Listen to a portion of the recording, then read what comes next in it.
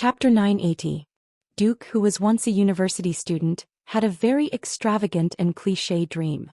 He wanted to return to ancient times and become an ignorant and incompetent hedonist with the strongest backing. He wanted to bring a group of epic-ranked combat power with him all day long. He wanted to go out on the streets and harm the girls of other families.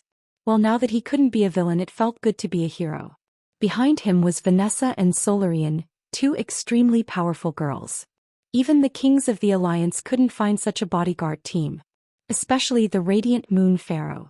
They were all old men. How could they compare to the girls by Duke's side? Looking at Duke's expression as though he was a patient and needed to rest, Jaina rolled her eyes at Duke as he rested casually with two maids serving behind him. However, after the two of them finished researching the secrets of the magic circuit that night, even if they were just rolling their eyes, it still felt like they were flirting. They had thought that they would have to wait for a whole day. Unexpectedly, Krasis returned in half a day. I bring good news and bad news. Krasis, who had turned back into his human form, could not hide his exhaustion. Tyrant had wanted to hear the good news first, but she gritted her teeth and chose to listen to the bad news first, just like Duke. Krasis sighed. The Burning Legion seems to be angry because of Archimonde's death. They sent a rather large fleet to attack the defensive magic circle of the world of Azeroth. In the void, where mortals can't see, Malygos is fighting on the front lines. He's also slightly injured and he refuses to help. Duke's eyes narrowed. He can't even use this magic to summon the Red Dragon Queen? An angry expression appeared on Krasis' face. Yes. He rejected me decisively and then chased me away. After a pause, he continued, I'm guessing that the matter with Sindagosa angered him. All right, the Blue Dragon Queen's grave had been dug up. Malygos was very unhappy. Even if Sindagosa's soul had fallen and hated him, he was unhappy. He refused to help. It was hard to tell if he resented the Dragon Slumber Shrine for not taking care of his wife's remains, or if he resented Alexstrasza's return and the Dragon King suppressing him again. In any case, this path was blocked. Where's Isra? Although Isra was not part of Duke's plan, he still asked symbolically. The Emerald Dream is still in trouble. Duke pursed his lips. This was already two pieces of bad news. Then the good news comes from Nozdormu? Tyrant asked. Yes. Nozdormu is willing to help, but his condition is for you to help him, Duke. As if he had stepped on an invisible tail, Duke jumped up. Azeroth above, he wants me to work extra hours to save his sister? Krasis puffed out his chest and sucked in his stomach. His Majesty Nozdormu's words. Everyone held their breaths and prepared to listen. Of course I'm willing to save Alexstrasza. If you don't want to do this, Duke, then I'll only save Alexstrasza. This time, Duke wasn't just being stepped on, he was being set on fire. He and Queen Sylvie, who had rushed over after hearing that there was a chance to save her sisters, cursed in unison. Nozdormu, you bastard, only save the Red Dragon Queen? What a joke. Wouldn't that mean that Aurelia and Sasha would all die? After all, after being blown into the void, apart from relying on Karazhan's own defense, the Red Dragon Queen was the key to protecting Karazhan. It wasn't just to destroy the enemies but also the void. There was no light or heat, water or air in the void. Without her, the life-giver, Karazhan might not completely collapse, but it would not be able to grow plants and animals. Without plants and animals there would be no food. The people inside were destined to starve to death. No, they didn't even have to wait until they starved to death. Without plants to absorb carbon dioxide and expel oxygen to circulate the air, everyone would suffocate to death. Nozdormu was simply threatening Duke. Originally, Duke's anger was rising, but it was suddenly extinguished by Krasis' words. His Majesty Nozdormu also said that he has cleaned up your mess enough times. This time you have to help even if you don't want to. Otherwise he won't stop certain existences. In the ears of outsiders this sentence was a little nonsensical, but in Duke's ears, it was a little horrifying. Who wouldn't stop? Wasn't it those guys who came back from the future to fix history? The guy who turned history upside down was none other than me, Duke glanced at Sylvanas, who was still alive and had not become a Forsaken. He then looked at Kael, that's who didn't know why Duke was looking at him. He then looked at Vanessa and Solarian, the bosses who should have died tragically. Duke suddenly sighed. No matter what, he was the one who messed up history. Twisting history felt so good. He would be in tears when he paid the bill. "Okay, now you're suffering, right?" Duque went all out in grief and indignation. "Hey, stop talking. I'll go. I'll go, okay?" Hearing that Duque agreed to jump into the pit, Croesus also let out a long sigh of relief. Although he could save his queen no matter what worried him the most was the thing that Nosdormu gave him. Croesus took out a piece of dragon scale fragment with a dim yellow glow and placed it on the table. "What His Majesty Nosdormu asked you to do is all here. Please gather an elite team to help. Of course, for your peace of mind, His Majesty will first pull Karazhan back from the void and seal this spatial rift before you go." As soon as Croesus finished speaking, Queen Sylvanas rushed up and pressed her fiery red lips against Duque's. Immediately, a series of passionate kisses began. "Duque. Thank you. Thank you." Queen Sylvanas's longing for her sister had long ago made her forget everything else. Duque smiled happily. "Your sister is also my woman." Queen Sylvanas said a little coquettishly, "I don't care, I'm happy anyway." Croesus looked at Duque enjoying himself and was also very envious. He didn't want to disturb Duque. "The ceremony is set for 8 o'clock tonight. I'll go and prepare the magic circle first." At this time a group of druids came in a majestic manner. Although it was only the first time they met, Duque immediately recognized the guy leading the group. It was the archdruid Fandral Staghelm, who was famous for protecting his followers to the point of madness and eventually fell. Chapter 981. Fandral recognized the owner of the dragon scale almost immediately and ran over. "Is His Majesty Nosdormu in need of help? The night elves are happy to help."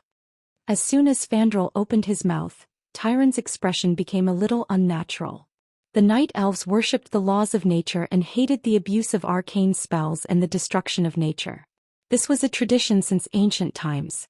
Among the night elves, other than the moon goddess Elune and the nature demigod Cenarius, the night elves also worshipped the 3 dragon aspects that had blessed the world tree.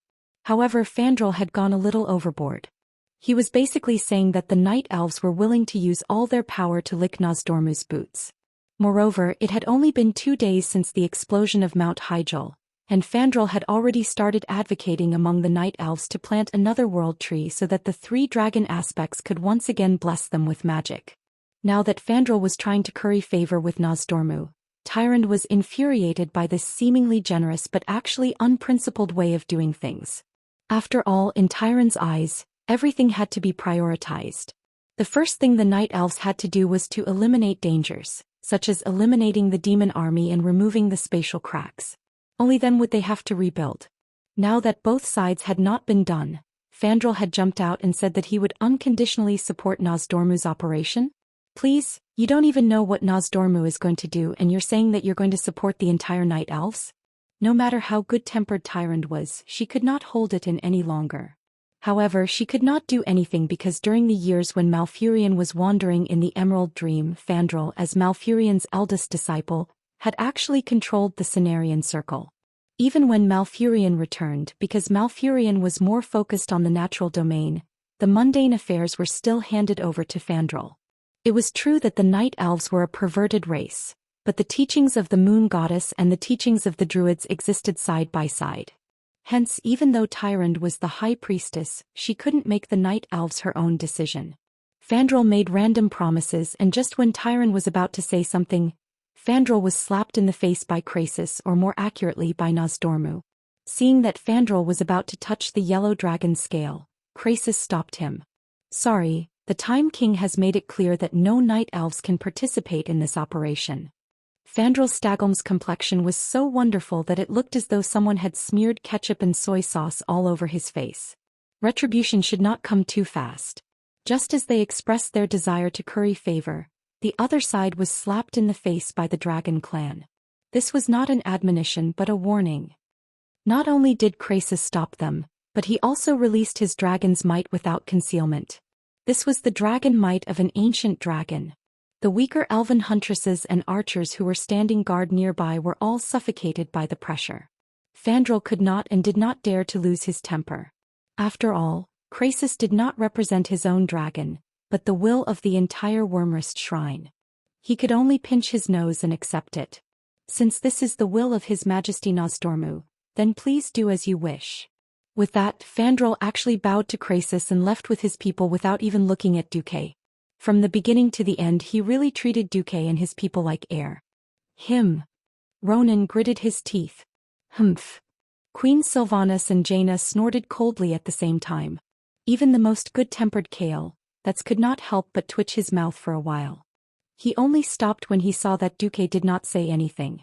Tyrant had no choice but to apologize to Fandral. I'm sorry, Mr. Marcus. Fandral is the most radical nature supremacist. He hates anyone and anything that destroys nature. Also, he hates arcanists. Tyrant apologized to Fandral. Duque waved his hand. It's fine. I know. Compared to the return of Her Majesty Alexstrasza and my lover and companion, these are all trivial matters. Tyrant bowed again and apologized. At this time, Duque finally reached out to touch the yellow dragon scale. Almost at the moment he touched the dragon scale, Duque heard an incomparably tragic howl in his spiritual sea. That was the Dragon King's howl of pain. Duque's facial muscles twitched, even though he had already asked the system elf to create 9 mental barriers in his spiritual sea in advance. The information that rushed in like a flood still broke through his 7 defenses in one breath. If it was someone with weak mental strength, they would not be able to resist in time and would become mentally disabled. Terrifying images appeared in Duque's mind. It was as if Nozdormu, the king of time with a body as large as a mountain, had appeared in front of him. Nozdormu's body was different from the previous time when he besieged Nethario, the wing of death. Although as a special giant dragon formed from sand, his body was never the kind that was blinding. The feeling of the dragon's scales that seemed to have been eroded by the wind for thousands of years and could rot and fall off at any time still shocked Duque greatly. The life force of the dragon of time was time. As the king of time he could not resist the erosion of time. How bad was Nozdormu's current state? Duque saw sand on the dragon's face and the dragon's skin peeled off like broken plaster. Looking at the very human-like expression of despair on Nozdormu's face, Duque was extremely shocked. The illusory images in the spiritual world did not affect his vision in reality. Duque also saw the worry on Krasis' face. It was obvious that it was Duque's turn to see the illusions that Krasis had seen and experienced. Nozdormu did not speak. His figure disappeared and instead, an incomparably large continent appeared. It was a vast continent in the atmosphere that one could not see the end of. There were incomparably steep mountains and plains full of forests. As his field of vision gradually rose until it reached the universe, he could see the entire continent. Only then did Duque realize that this was the continent of Kalimdor. It was not the current Kalimdor, but the ancient Kalimdor continent before the War of the Ancients. The information that came from the dragon's scale made it easy for Duque to determine that it was the source of Nozdormu's pain. Even though he was mentally prepared, Duque still cursed in his heart. The War of the Ancients? Faster. Ever since the dark portal opened for the first time, Azeroth kept causing trouble, but please, goddess of fate, don't make me fight the Burning Legion twice in a row. Just thinking about it made me speechless. After seeing these images, Duque suddenly returned to reality. Although he had only been immersed in the spiritual world for a few seconds, Duque felt a little exhausted. Not only was his back drenched in sweat as if he had fallen into a pool of water, but his body was also unconsciously gasping for air. Chapter 982. If it was just a simple message, Nozdormu wouldn't have created such a terrifying mental strength test. After all, even though Duque had changed classes, his body and mental strength were still at the top of the pharaoh. Duque guessed that the only explanation was that the Bronze Dragon King's scale was both a message and a test. It was a test to see if the target had the minimum requirements to pass through time and space. Krasis couldn't hide the surprise on his face when he saw that Duque only sweated and took a deep breath to pass the test. What? Duque accepted Jaina's golden handkerchief as she wiped his sweat and smiled at Krasis. What terrifying willpower. I suddenly understand why you were able to forcefully convert the dark power that even demigods might not be able to withstand after taking Archimonde's fatal blow. As expected, Duque, you're the hero of the Alliance. There's a reason behind it. Krasis didn't have the slightest bit of flattery on his face. In fact, there wasn't even a trace of pretense in his respectful expression. The mental impact was indeed very strong. Duque nodded. This is a very dangerous mission and there can't be more than 5 people. You and I will count as 2. You can pick the remaining 3. Duque wasn't surprised at all by Crassus's words. He turned his head and said, Ronan, you do it. Yes, teacher. Luo Ning bowed respectfully and touched the earthen yellow dragon's scale. In the next second, Ronan screamed and fell to the ground, twitching non-stop. Everyone present wasn't an ordinary person, and they immediately realized how terrifying this mental test was. Ronan curled up into a ball on the ground, trembling non-stop as he let out indistinct groans. Oh, Kalimdor. Demon. Ancient god. He didn't say much, but every word made everyone tremble in fear. After half a minute, Ronan finally regained consciousness. His stomach cramped and he vomited on the spot. The sour and rancid smell of vomit assaulted her senses. Solarian, who was wearing a maid uniform, reacted quickly. With a wave of her hand, a well-timed frost spell froze the vomit, and immediately followed it up with an extremely precise icicle spell, blowing the vomit out of the tent. Ronan struggled to get up. He staggered and almost fell. Fortunately, Vanessa rushed forward to support him. Luo Ning's entire body seemed to collapse as he breathed heavily. He smiled bitterly. I'm sorry, teacher. I've embarrassed you. Duque shook his head with a smile. Oh, you're great. On the other side, Crassus was already applauding. I'm ashamed. It took me a whole minute to pass this test. It should be said that Ronan is indeed a hero who experienced the Battle of Mount Hyjal. Duque had the system to separate his spirit sea, but he was still almost hit, not to mention that Luo Ning had relied on his own spirit and willpower to survive. All right. There are 2 more spots. Duque seemed to be talking to himself. Then he quickly made a decision. Please inform Sar. I need him to send a strong warrior to help. Perhaps he did not want to admit it, but at this point in time the warrior, mage and priest iron triangle, formed by warrior, mage and priest, was the standard. Without a strong warrior, the operation of the small team was not reliable. Of course, Crassus could transform into a dragon, but that was a tactical nuclear bomb that would not be used until the last moment. Because Crassus, who was not even born during the ancient war, had to go back to the past 10,000 years to acknowledge his ancestors. The last spot. I'll go. Servanas and Jaina stood up together, each with an expression of unwillingness to pass on the responsibility. Duque decisively rejected. I'll go because I have a secret deal with Nozdormu. I have no choice. Why are you 2 queens messing around? Especially you, Servanas.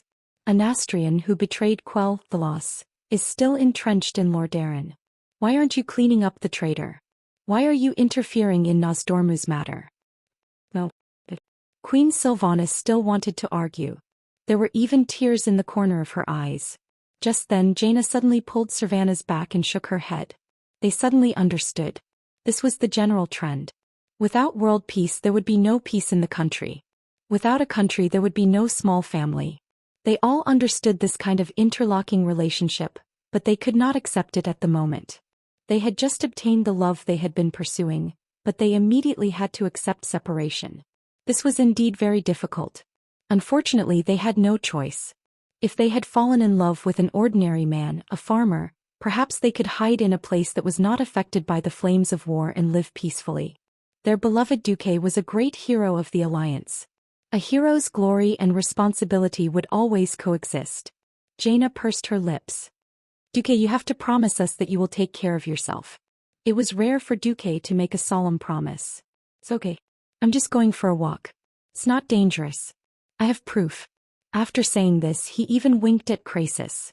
Crassus understood on the spot. He nodded at the 2 queens to show that Duque was right. Yes.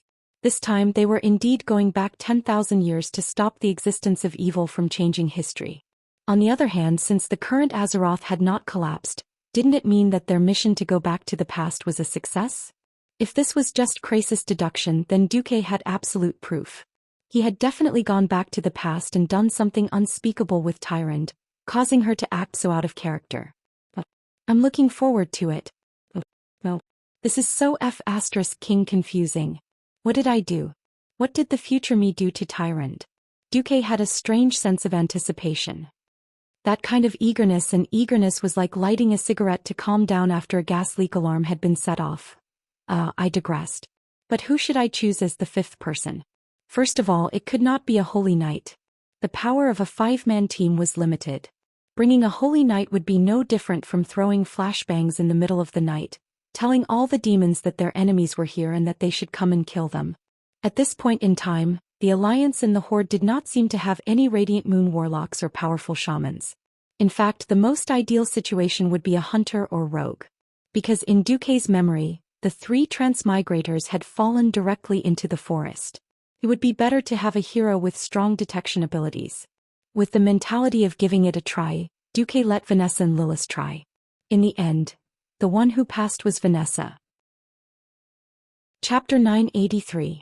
After 50 seconds, Vanessa woke up. Duque was a little surprised but also a little relieved. Sure enough, gold would shine. It seemed that Vanessa had inherited the tenacity of the original Vanessa in history. The little girl who had watched her father rise up because of injustice and eventually die, suffering the coldness of human nature, stood in front of the players more than a decade later. At this moment, looking at Lilith who had fainted and then at Vanessa who was stubbornly struggling to get up on the ground, Duque suddenly felt that the Vanessa in history seemed to overlap with his former little maid. Master. Did I pass? Her legs were shaking and her face was pale.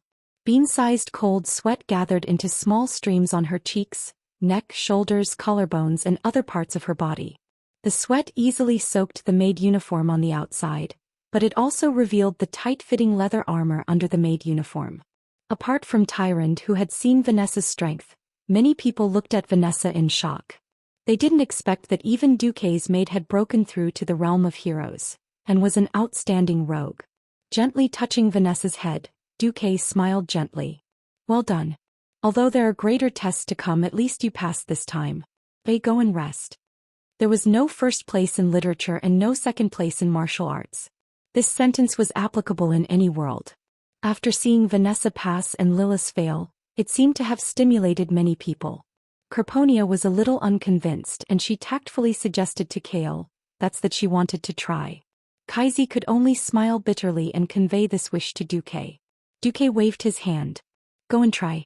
Even if you don't participate in this mission, this kind of mental trial is a rare experience. In the end, the 4 heavenly kings around Kale, were all wiped out, dead dogs and fainted. This made Kaizi feel a little embarrassed. In the end he grumbled and insisted that he go. Originally, Duque thought that since Kaizi could kneel down to his father in the sun-chasing king court, his willpower should not be too strong.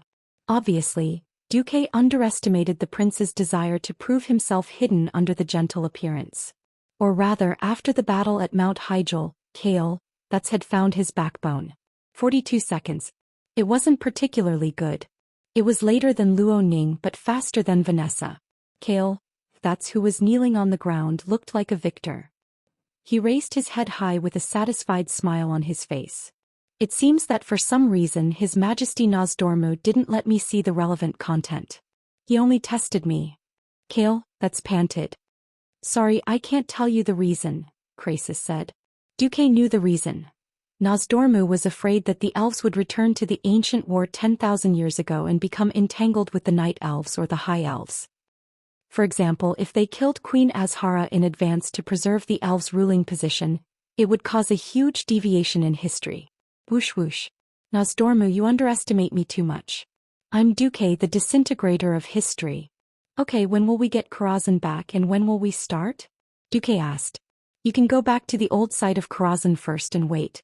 When I go to the tribe to confirm the last candidate and report the list of team members to His Majesty Nozdormu, the return of Karazhan can begin. Then you and your team have 3 days to prepare. Queen Sylvie was deeply conflicted. She wanted her sisters to return quickly, but she was also a little reluctant to part with Duque. She could only press her lips hard. An hour later, Orgrimmar. Outside this brand new unfinished city, there were huge arrow towers erected on almost all the hills. An orc saw a black dot coming from the horizon. Dragon. A red dragon. An orc sentry shouted. I've heard that the Dragonmaw clan used to ride red dragons to fly into the sky. Is that red dragon our companion Brock?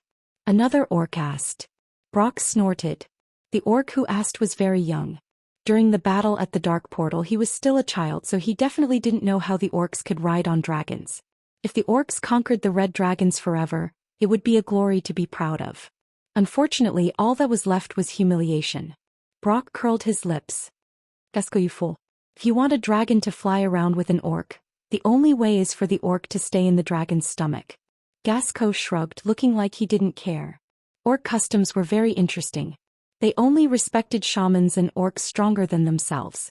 Evidently, he and the other orcs felt that Brock wasn't worthy of that magnificent equipment. That's right, Brock was also a warrior who had returned from the Battle of Mount Hyjal. Unfortunately, he'd always been by the great chief's side.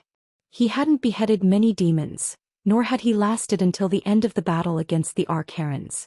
Brock had lost an arm and he'd relied on human magic to recover and reattach it.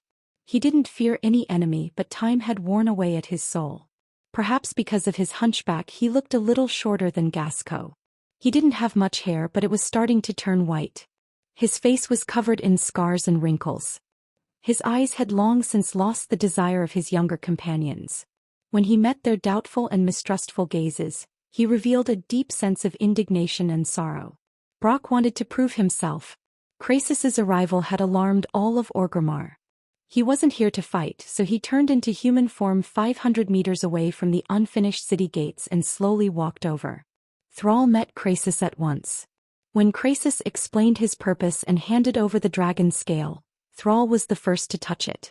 25 seconds, the best result apart from Duque. Thrall, who looked like he'd been fished out of water, muttered to himself and rubbed his chin. I think I know who to find, an outstanding warrior. He turned around. Brock. Call Brock here. Just like that, Brock was summoned. He passed the test in 33 seconds and accepted the mission. Thrall respected Brock very much. Even though many young orcs had looked down on him in the last battle, Thrall would never forget that Brock had been by his side ever since the battle for freedom in Golden Hold. Whether it was against fully armed humans, zombies, or the bloody battle with the centaurs after arriving in Durotor. Chapter 984. Even when facing Kazak and the other demon leaders on Mount Hyjal, Brock had never retreated. He was undoubtedly a hero. When facing Kazak and the twin demon lords, he had been ordered to stop the demon commandos who were trying to help their leaders.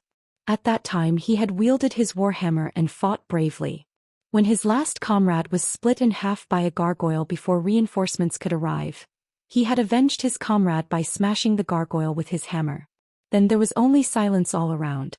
When Sal arrived with his army, Brock's figure, covered in scars and standing alone in a pool of blood, had left a deep impression on Sal. In Sal's opinion, Brock's name should be almost as respectable as his own. His early exit from the battle against the Arc-Herons had ruined what should have been a perfect honor. However, Sal had chosen him not only because of his strength and experience. More importantly, Sal knew Brock's loyalty. Sal couldn't send an army for this kind of mission that involved traveling through time and space. He needed a confidant who was strong enough to complete this mission for him. That should have been the case, but a fellow who gave Sal a headache appeared. A burly and ferocious figure rushed into Sal's tent and picked up Nozdormu's dragon scale without a word. Then he passed the test in just 10 seconds. Sal's mouth was full of bitterness. For the sake of my ancestors, don't make things difficult for me. Grom Hellscream. Lord Howl panted heavily. He didn't look at Sal but instead looked at the elf-looking Crassus. I heard that Duque will go too. When Crassus said the word yes, Sal's head hurt. Then I'll go too.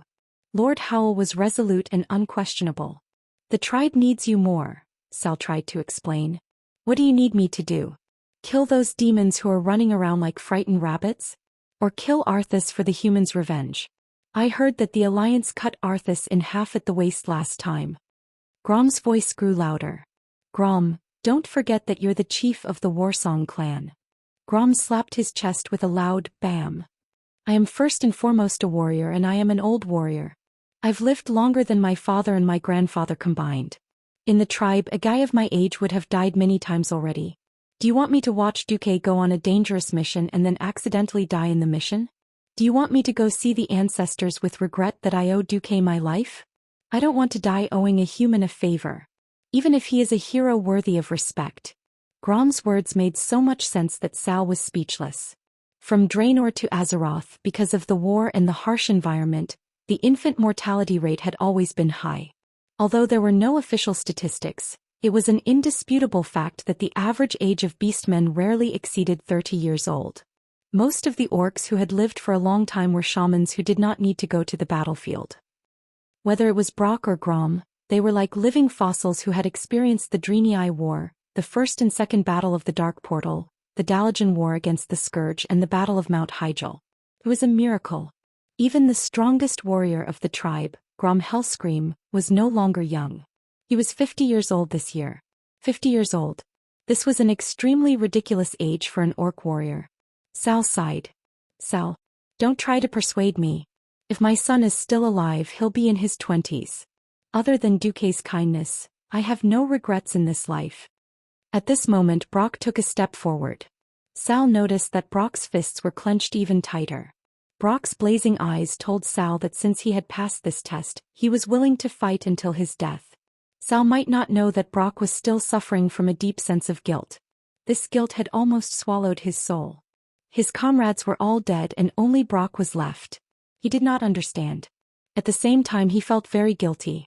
Why did he not die bravely with his comrades? To him, living was a kind of regret, even a kind of failure. Since then he had been waiting for a chance to atone for his sins. To atone for his sins, even to die. Now fate had finally given him this chance. How could he give up such a chance just because Grom's status was higher? The two orc heroes did not give an inch. This made it very difficult for Sal because Krasis had specified that only one person was needed. Suddenly Nozdormu's voice came from the piece of scale. Then send one more orc. Nozdorm. Your Majesty. Sal was shocked. It's okay. With my strength it's not a big problem to send one more person back. At most I'll torment Duque. Hehe. Who asked him to give me so much trouble. At the same time, back in front of the old Karazhan site on the upwind trail, Duque sneezed loudly. Haju Dash, did you catch a cold? The two queens turned around at the same time and looked at Duque strangely. No, I seem to feel a wave of malice from a certain dragon. Please don't mind it. It was desolate. After the explosion of Karazhan 15 years ago, this place had become a barren, scorched land. After the second battle at the Dark Portal, Duque had been busy opening up various black technology talents and had no time to care about the natural environment here. Now that he had made contact with the Night Elves, Duque wondered if he could kidnap a druid or trick Alexstrasza into helping him after Karazhan returned and turn this place into green mountains and clear waters. After all, if Karazhan became his lair again, the surroundings would be too ugly. At least the three Windrunner sisters would not like to come here. At this time it seemed that the orcs had reached an agreement. Suddenly, a large piece of scorched land in front of Duque began to change color. In the blink of an eye, it turned into yellow quicksand. After a gust of wind blew the sand, a very small sand dragon appeared. It was a small-sized Nozdorm. Give me the spatial coordinates. A telepathic thought went straight into Duque's mind, and Duque gave it without hesitation. Then a desert storm appeared out of nowhere and covered half of the valley. Even Queen Sheer, who did not know magic, felt that the space was shaking violently. It was as if a small hole had opened in the tightly sealed sky. In the sandstorm, as the sand blew, a clearer silhouette appeared. The huge tower, the covered bridge, the spire. That's right. It was Karazhan. When the huge mage tower returned to its original color in the vision of Duque and the others, the tall iron gate of the main gate was suddenly pulled shut, and a silver-haired figure shot out like an arrow.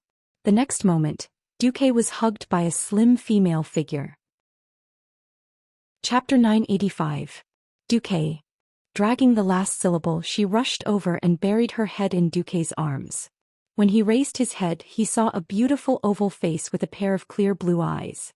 His nose was small and slightly upturned, and his mouth was brimming with a cheerful smile. When he stood up, his silver-white hair fell down to his waist.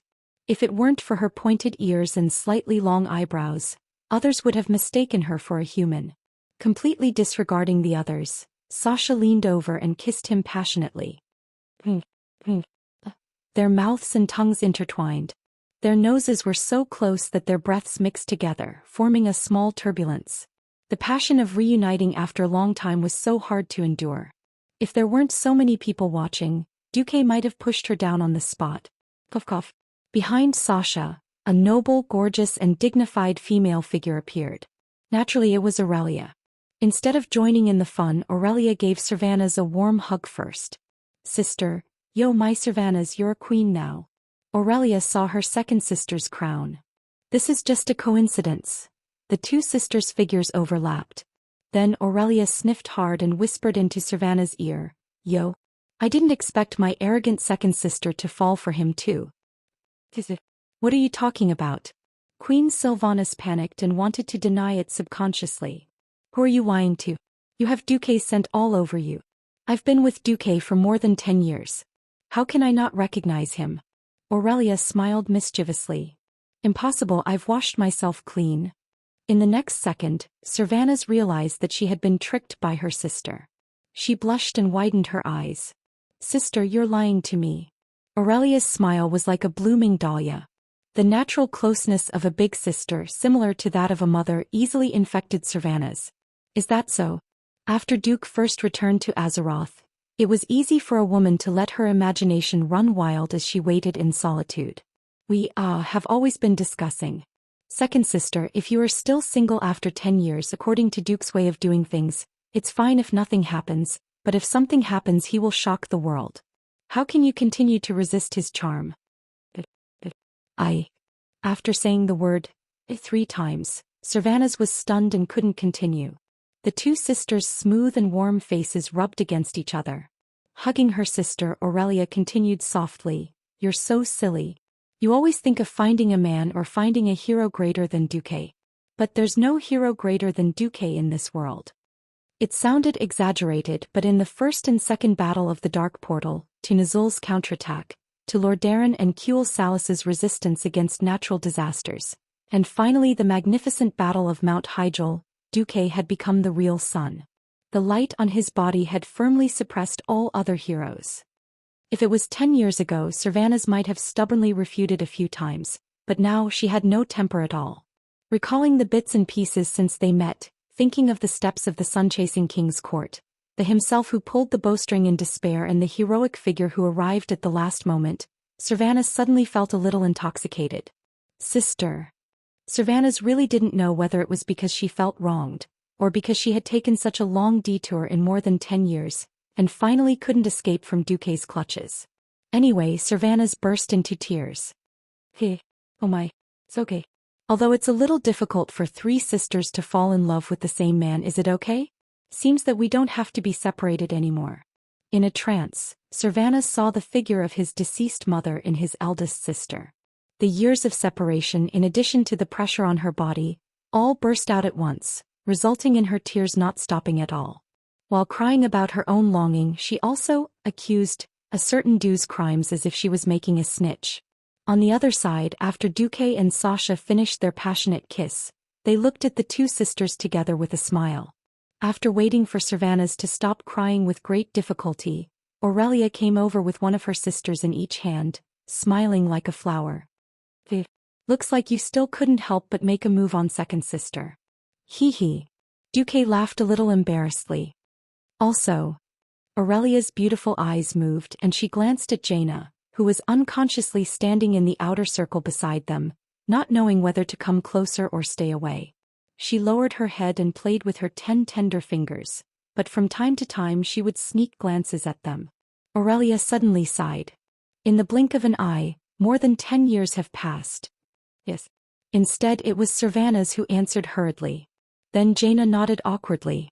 She really didn't know what expression she should use to face Aurelia. Aurelia seemed to be sighing, but Duque, who was at the side, felt that there seemed to be a lot of information. That pair of bright eyes was just like when he first met her 15 years ago, filled with wisdom, kindness, and a hint of playfulness. This eldest sister of the Windrunner family slowly walked in front of Duque, her affectionate eyes filled with endless love and tolerance like the sea. Gently holding Duque's face, she gazed at this little man whom she both loved and hated. Sweet memories of the past also floated up in her mind, flashing through her eyes. Jaina, please come over for a moment. Aurelia pulled Jaina over and then smiled brightly. Duque, no matter what happens in the future, you have to promise to treat all of us equally, okay? Understood.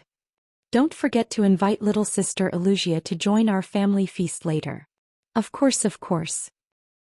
From the eldest sister to the third sister and then to Jaina, who automatically lined up last, Duque did not miss a single one. Looking at the blushing faces of the girls, Duque knew that he had passed the test. Then, Duque saw Tyrion Fordring and Gavin Rad Doom, who were in a very good state of mind. After Ronan quickly explained the current situation to them, the two paladins seemed to be very active. I'm finally back. Since evil still exists in Lordaeron, it's time for me to leave as soon as possible. Tyrion saluted to Duque. Duque knew that this paladin, who was often called the Queen Mother by the players, had the most noble soul. Last time he was accidentally sent into the void with Linley and stayed there for 10 years. This had already caused him great grievance. Now that his homeland was being ravaged by natural disasters, how could he sit still? Chapter 986. Duque smiled. If possible, eliminate the scourge in Lordaeron as soon as possible. I know you can't wait. I'll have Ronan send you to the front lines in the Western Plague Lands. Turalyon is waiting for you there. Boss, I want to go too. Gavin Rad raised his hand. Boss, you can't bring me along for the mission to Nozdormu. I've been holding it in for so many years. After all, the battlefield is the romance of the brave. Do you think you'll allow me to? Looking at Gavin Rad's appearance, which had turned into a middle-aged man with a little baldness, Duque was filled with emotions. At this point in history, the 5 Silver Sages would have completely withered away. Turalyon had disappeared in the explosion in the Outland, Uther had died under Arthas' sword, Gavin Rad had died in battle in Andoril, and Sidon Datherhan's soul had been devoured by the Dreadlord. Now, other than Uther, the other 4 men were still active. Go. Thank you for staying with me all these years. When you can't fight anymore, come back to my fief and retire. Duque gave Gavin Rad a big hug. On the other side, Krasis had opened a portal and rushed over. He walked around Alexstrasza in human form. However, the Red Dragon Queen seemed to be in a temper and didn't care about Krasis's flattery. Instead, she walked over and said to Duque, Yo Duque, I've helped you so much. You let me spend so many boring years in the void and you even asked me to help you take care of your woman. How are you going to thank me? She had a cold and elegant face, a high chin, hands on her slender waist and a perfect split of her legs. She had the demeanor of a high-end, elegant and classy queen. A man, a big tofu, should be like a little brother, able to stretch and shrink as he pleased. Duque gave in and lowered his head. He bumped into a basin that Vanessa had passed to him and lifted the semicircular silver lid. When Duze confidently revealed the treasure inside, what appeared in front of the Red Dragon Queen was a large plate of knockoff Peking duck that exuded a soft holy light. The oily roast duck was roasted to a perfect reddish-brown color. Coupled with the holy light, its appearance alone was enough to make one drool. Even the Windrunner sisters and Jaina, who were a few meters away, could not help but stretch their necks, let alone Alexstrasza, who looked cold on the outside but was actually a glutton. Gulp. There was an obvious swallowing movement in the throat of the proud queen. She snorted and turned her head away, her nose almost reaching the sky. Do you think that I, who has seen everything in the world, will be bought by mere mortals? Duque cursed in his heart. Damn it, it's as if dragons don't sleep and don't get sleepy. I've been in the void for 10 years. If I'm not eating, I'm sleeping. The number of times I've actually fought can be counted on one hand. Of course, the Red Dragon Queen is used to ward off evil spirits. I'll just treat it as feeding a glutton. Oh no, to put it more elegantly, I'm spending my time to buy peace. Of course, on the surface, Duque still gave face to this glutton queen. Duque bowed elegantly. No. This is just a small token of my gratitude to your majesty. This is just the appetizer. Tonight's banquet will definitely satisfy you. Appetizer? The queen's sharp nose twitched secretly as if she was trying to inhale every fragrant molecule in the air. Finally, she revealed a satisfied smile. That's more like it. She held up 5 fingers. I want 5 meals cooked by you. She wanted to say, every week, but felt that would be too easy on Duque. In the end, she hurriedly added, every day. Duque looked troubled. But I have to go to Nozdormu for a mission the day after tomorrow. It's business. Krasis hurriedly whispered into the queen's ear in Draconic. Alexstrasza's face fell. Then, let's have a feast tonight. I'm telling you, I won't allow you to skimp on the food, and it can't be food that has been eaten in Karazhan. Of course. Duque sighed in his heart. He had passed the test. In Karazhan, with her help, there was a lot of food. Because they didn't raise chickens or ducks, it was all plants. After eating for so many years, Duque was almost sick of it. The Red Dragon Queen was the same. If not, she wouldn't have fallen in love with roast duck. While Duque was distracted, Duque was shocked to find that the queen was already wiping her mouth with a napkin. Wait. Where's the roast duck? What's with those steaming duck bones on the plate? What's with that huge red shadow that looked like a dragon's head? Duque was speechless. Crassus's face was full of awkwardness. Alexstrasza glared at Duque. Why are you looking at me? Have you never seen a lady eat? No. I've never seen a lady like you. Let me tell you, I've already spat out the bones. The humanoid red dragon queen waved her small claws. My liver hurts a little. So there's a version that doesn't spit out bones? At the side, Duque's lovers covered their mouths, looking like they wanted to laugh but didn't dare to. The banquet was held in Duque's fief in the Elven Forest in the Windy Lake Villa. There were more people at the banquet tonight. In order to welcome the return of the Red Dragon Queen, Theon and the other Alliance heroes, William, Kalia, Kudrin and Jurban still chose to use the teleportation portal to welcome the return of the Alliance heroes. It could be said that apart from Anduin and Abendis, who were in charge of the front lines, almost everyone who could come was here. After all, this was both a welcome banquet and a celebration for the victory at Mount Hyjal. As the host and one of the hostesses, Marchioness Elugia personally welcomed these distinguished guests at the door. To Azeroth. To the Alliance's victory. Cheers. Even though he had retired from the position of the Alliance's commander, Duque's position as the core had not wavered at all. Hence he was the one who gave the toast. Cheers. Strong arms were raised high in the air. Everyone present was either a hero who persisted in the front lines or a king who spared no effort in supporting the fight against the evil king. At this moment, everyone's heart was burning with passion. The Burning Legion's boss, Sardras, had been sent into the bottomless abyss.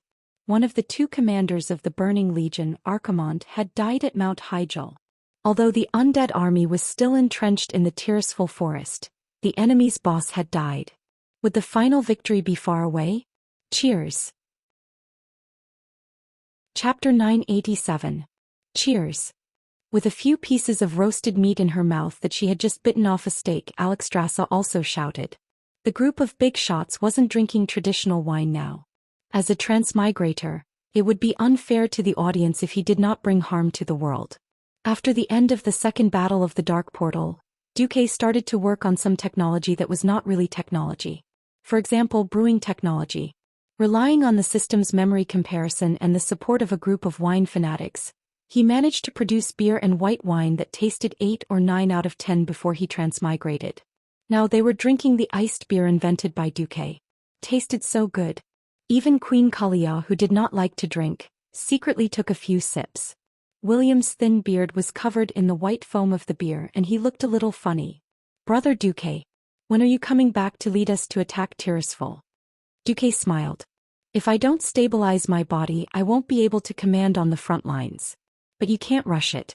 There are still more than 100,000 Alliance troops in Kalimdor to clear out the demons. You should at least wait for Mograine and Turayan to return, right? King Nosdormu is too much. Brother, you're in such a hurry to carry out some mysterious mission when your body isn't stable, William muttered. Kudrin nudged Varian in the side with a kind gesture. Who knew? Nosdormu, you bastard. Pay for my feast. As Nosdormu's elder sister, Alexstrasza immediately scolded. She obviously drank a little too much. Even though Duque had repeatedly reminded them not to mix white wine and beer, there would always be dragons courting death. However, this caused the dragon race to scold each other, which was a good thing. Of course, while everyone was celebrating, they were also discussing how to flatten Lordaeron City. In everyone's eyes, Arthas, who had been chopped in half, was already a dish on the plate. However, Duque said that everyone could only be cautiously optimistic. As a living person, Duque could not wait to be burned to ashes by the Forsaken. Unfortunately, in the original history, the next step would be the Lich King Nizul rebelling and leaving the Burning Legion. In this life, Duque did not dare to guarantee that Nizul would jump out. Moreover, with Nizul's rebellion, there would no longer be a scene of the Dark Ranger Sylvanas angering Arthas and becoming the Forgotten Queen. Duque had no idea how the situation would develop. It was a good thing that the Calamity Army and the Burning Legion were fighting each other, but if they were still in the same boat they could only fight to the end. Duque did not respect the original work at all. He did not mind promoting further peace between the Alliance and the Horde. He even thought of enticing the Horde to send troops to attack Lord Darren directly. Unknowingly, it was already late at night and the banquet ended. Duque could hold his liquor very well. He didn't even need Vanessa's help. However, when he returned to the bedroom, Duque realized that none of the lights were on. Suddenly, an elegant sound of a harp rang out, like the tinkling of a clear spring in the depths of the mountains. It had a familiar and graceful gentleness, and Duque's heart was on fire. "Aurelia, my dear." Just then the second beautiful sound of a harp rang out, and the song suddenly changed from a solo to a more cheerful ensemble. Windsor. Just as Duke was thinking about what kind of surprise they would give him, the third harp sound rang out. The craftsmanship seemed to be slightly rougher than the first two harps, but after the first few notes, it displayed a wonderful sound of a harp craftsman's level. This is. Just as Duque's face was filled with surprise, an even bigger surprise was yet to come. In the darkness, a row of keys appeared in mid-air. It was not accurate to say that they were keys. They were clearly rectangular pieces of ice. An extremely light ice percussion hammer hit the keys, that had a semicircular cross-section, and suddenly there was a clear and melodious sound like chimes. The next moment, when the small hammer needed the previous note again, another piece of ice keys formed under the hammer. The light and clear sound of the harp mixed with the crisp sound of the percussion, forming a wonderful mini-symphony that gave people an inexplicable sense of joy. Suddenly, 12 beams of light surrounded Duque at the same time, neatly arranged according to the position of a clock. What came into view were 5 extremely charming and beautiful women. The one in the middle was naturally Aurelia. She gently stroked the harp with one hand as she leaned on the chaise longue. The rose-red chair complemented her slender and beautiful figure, but it did not diminish her voluptuous figure. She was only wearing a light veil, but her face was full of dignity, causing Duque to gulp non-stop. On the left, Windsor leaned lightly on the windowsill, her posture graceful and relaxed. Under the moonlight, her thick and fluffy silver hair formed a beautiful combination with her smooth and soft jade-like body. Facing Duque, she responded with a gentle gaze. Just the endless love in her eyes was enough to melt Duque's body and mind. On the upper right, Savannah's 2 long legs hung down from the beam of the roof, swaying lightly, as if he was stirring up circles of water in a peaceful stream. The beautiful curves of her long legs served as a contrast to the great elasticity of her muscles. The wind around her gently made the green leaves flutter up and down around her, forming a sharp contrast with the resplendent crown on her head. A little further to the left was a noble woman who also had a golden crown on her head. Her eyes were as gentle as water, and her intelligent pupils shone with a light that no one could completely understand. Chapter 988. Such a beautiful scene. If it were any of the players who had fought alongside him in the game, they would definitely be envious and jealous of Duke to death. In the original history, Illusia, who was bound by fate, wandered around Scholomance with an elegant and pitiful appearance. She led the Silver Coalition to fight against the Scourge, formed the Kirin Tor Expeditionary Force, and finally pulled the Dalajan to the Alliance's side.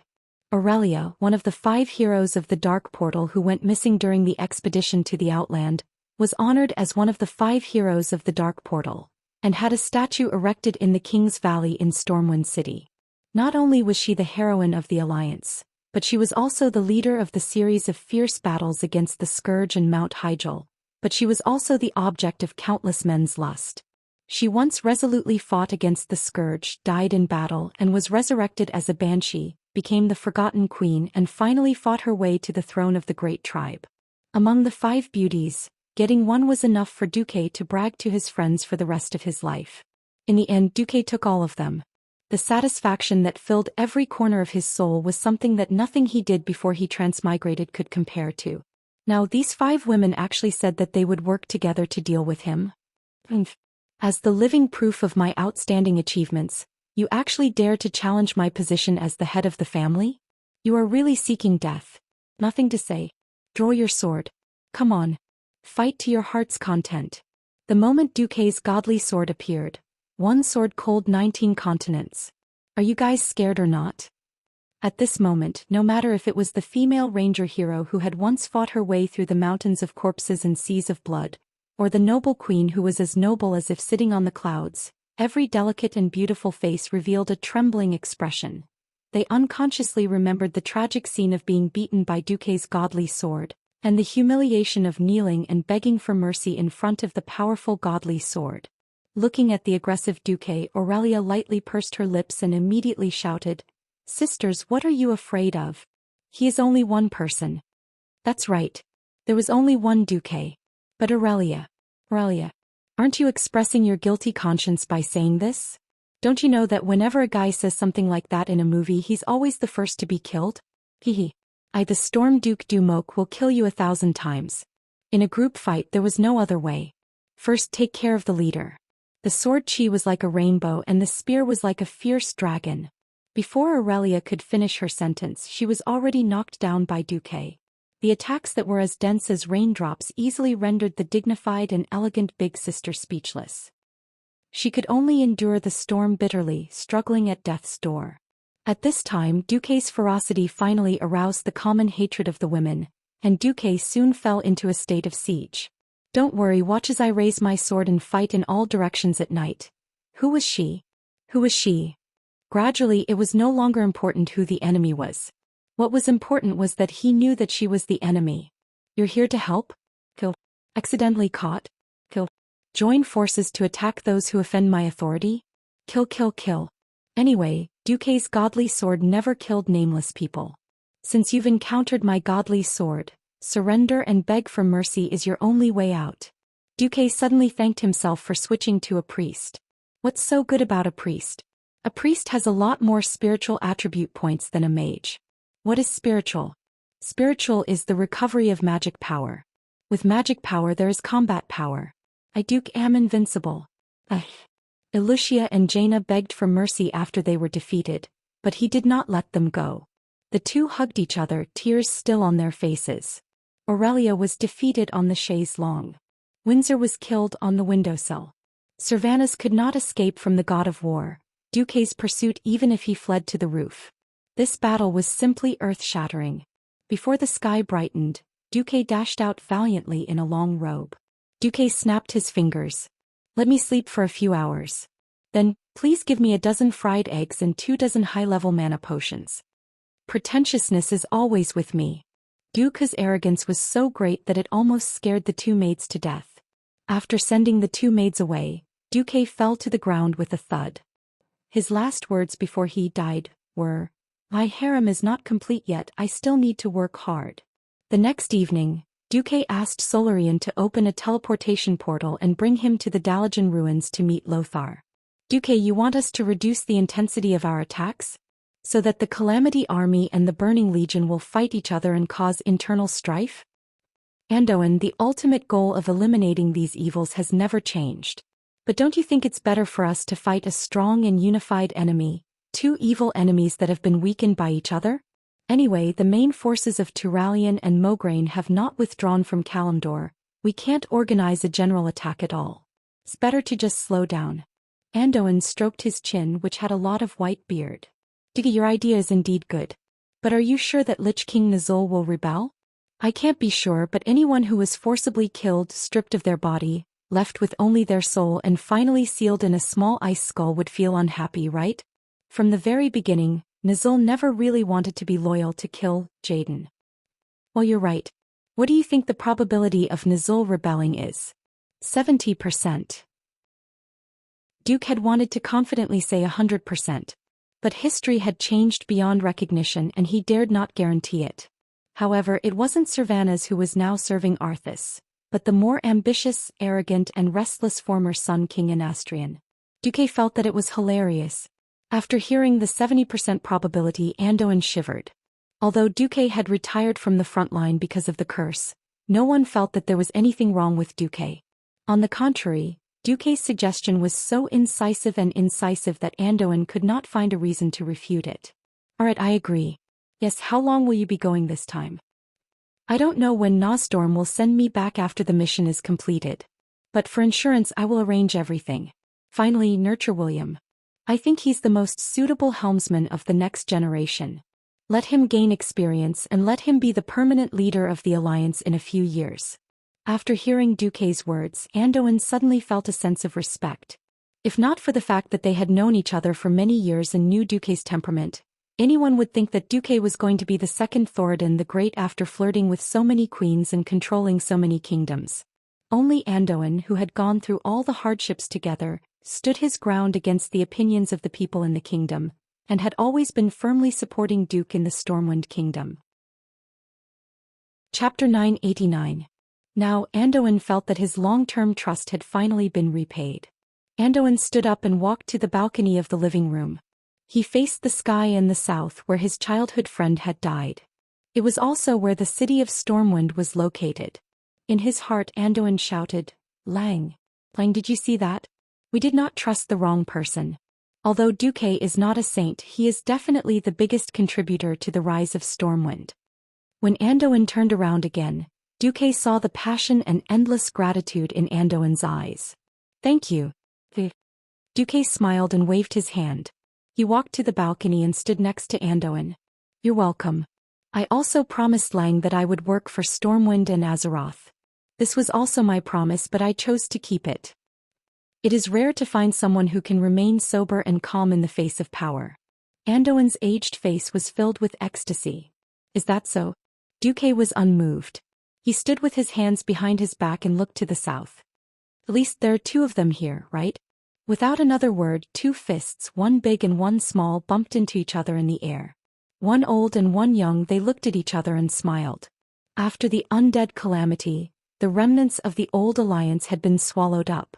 Without the two stubborn old men, Tarinas and Antonidas, and without Xian who had yet to awaken and might become the old wolf king in the future, and without Anastrain's hindrance, the entire alliance not only had more countries than in history, but also in terms of strength and unity. But with so many countries, the leader of the alliance had to be a human. The human population was large and there were also many countries. The overall strength of the race was stronger, which meant that the alliance could only have humans as its core. Unfortunately, the leaders of the human countries had all sorts of problems. Kalia was just a mascot that Duque had made. Ronan, who was about to take over the Dalajan, was too soft-hearted. Jaina tended to overthink things. As the saying went, even a wise man would make a mistake. Putting aside Gilnis, who had yet to return to the alliance, and Stromgard and Alterac, if Duque didn't seize power, the only one who could be the leader of the alliance was William. It just so happened that Duque himself had been affected by Archimonde's parting gift and turned completely dark, so Duque took advantage of the situation and stepped down. Duque had asked himself more than once, if not for the threat of the Burning Legion, would he want to become the Emperor and become the second Thoradin the Great? The answer was yes. Who wouldn't want to be the Emperor? If you can manage others, why should you be managed by others? Unfortunately, he couldn't be the Emperor. This was not as simple as a hot potato. If the human countries formed an empire, then the alliance would no longer be an alliance. It would become an empire and its allies. Would the other races be willing to become the underlings of the human empire? Duque calculated countless times, but the answer was always negative.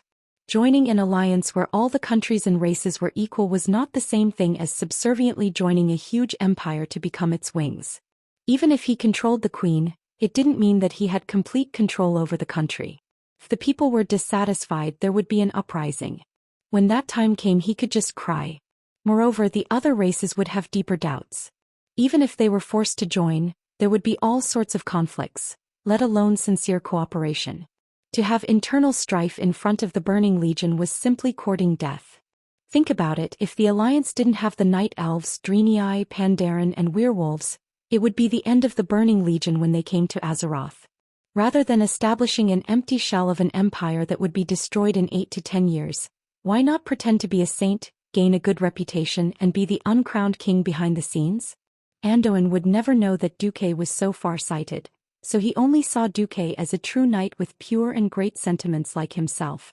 After bidding farewell to Anduin and visiting Magni and Jurbin, Duque returned to the Wind Lake Villa after leaving more research and development manuals on black technology. After tonight's banquet, tomorrow would be the third day. In the morning it was the appointed time to work for Nozdormu. After returning to the villa, Duque felt that the gazes around him were weird. The gazes of his knights were always filled with loyalty, admiration, and envy. You know that kind of gaze. Every maid's face was red. They were obviously shy, but they all puffed out their chests and sucked in their bellies. Duque held his forehead, feeling a little annoyed. Just as he entered his study, a voice sounded. To Dear Beast Duke Marcus, Her Majesty Kalia Menethil fervently hopes to attend your banquet tonight. If your excellency wants to unleash his bestial nature, please seize the opportunity tonight. Looking at Vanessa, who stood by the door expressionlessly and with a standard demeanor, like the most loyal maid, who was spitting venomous words at him, Duque felt that his balls were hurting even more. You're dirty. Oh. Are you going to toy with Princess Kalia's pure maiden heart before completely trampling and abandoning it? Right, I understand. I'll reject Her Majesty Kalia now. Solarian, who was behind him, finally could not help but burst out laughing, while the person involved, Duque, spat out a mouthful of blood. What the hell? Vanessa had really thrown caution to the wind. I really shouldn't have put them together back then. They've already formed a clique. Duque's heart almost softened. However, after the bitter battle last night, Duque knew that he couldn't take it anymore. Duque took a deep breath, took out 2 balls of light and said solemnly, These are to Her Majesty Alexstras's blessing of life. For a woman, it's equivalent to 15 years of youth. I'm going to the River of Time to carry out a mission. If I don't come back, you can use it. Duque had lied. What he had given was obviously Nozdormu's blessing of eternal life, but Vanessa didn't know. Vanessa's expression changed drastically in an instant. She completely lost her venomous tongue as well as her pride that relied on intimacy to gain favor. Tears streamed down her face. Without even half a second's consideration, she sent back a ball of light. Master, since the Van Cleef family was sheltered by Master when they were young, and escaped the fate of a violent death, then the Van Cleef family will definitely serve Master for generations to come. It doesn't feel bad to slowly grow old in the Marcus family. As for Her Majesty Kalia's choice, that's Her Majesty Kalia's business.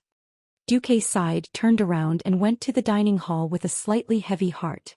When the dining hall's door opened, Duque was surprised to see 3 queens, a marquis and 2 ranger generals sitting neatly in front of the dining table. Duque suddenly turned around, casting a murderous look. Who knew that this bastard maid would actually have the nerve to forcibly turn invisible and then use swift run to run away? Vanessa. Chapter 990. There's no second time in life. Besides, I'm quite satisfied with my current life. As long as I can let my people, the people I love, and the people who love me live a good life, I'll be satisfied. Giving up my past for the sake of my youth was never an option from the start. Kalia didn't even refuse after feeling touched. As expected, she decisively rejected Duque's gift. That's right. If there's a man I love deeply who chooses to repay my youth in such a way to reject my love, I won't do it either. This is the last restraint of a lady. Of course, if we can be together in the end and the person I love is willing to give me his youth, then it'll be a different story. The despicable Jaina even added insult to injury. Duque glared at Jaina fiercely. Damn you, I'll definitely spank your butt later. Jaina secretly stuck out her tongue, then turned her head away, ignoring Duque. Throughout the banquet, Duque felt like he was sitting on pins and needles. Although Kalia and the others were reminiscing about the past as if they were talking about family matters, Duque really couldn't lose his temper. Fortunately, the banquet didn't last too long. Kalia threw him a slightly aggrieved look, then very politely left. The rest were all his women. Aurelia very elegantly used a napkin to wipe the non-existent sauce from the corner of her mouth, then sighed. Duque, we're not forbidding you from adding more sisters to us, we just hope that you can restrain yourself. Then if this is fate's arrangement, then we have no objections. Sylvanus continued, you'll be going on a mission next year. Are you confident?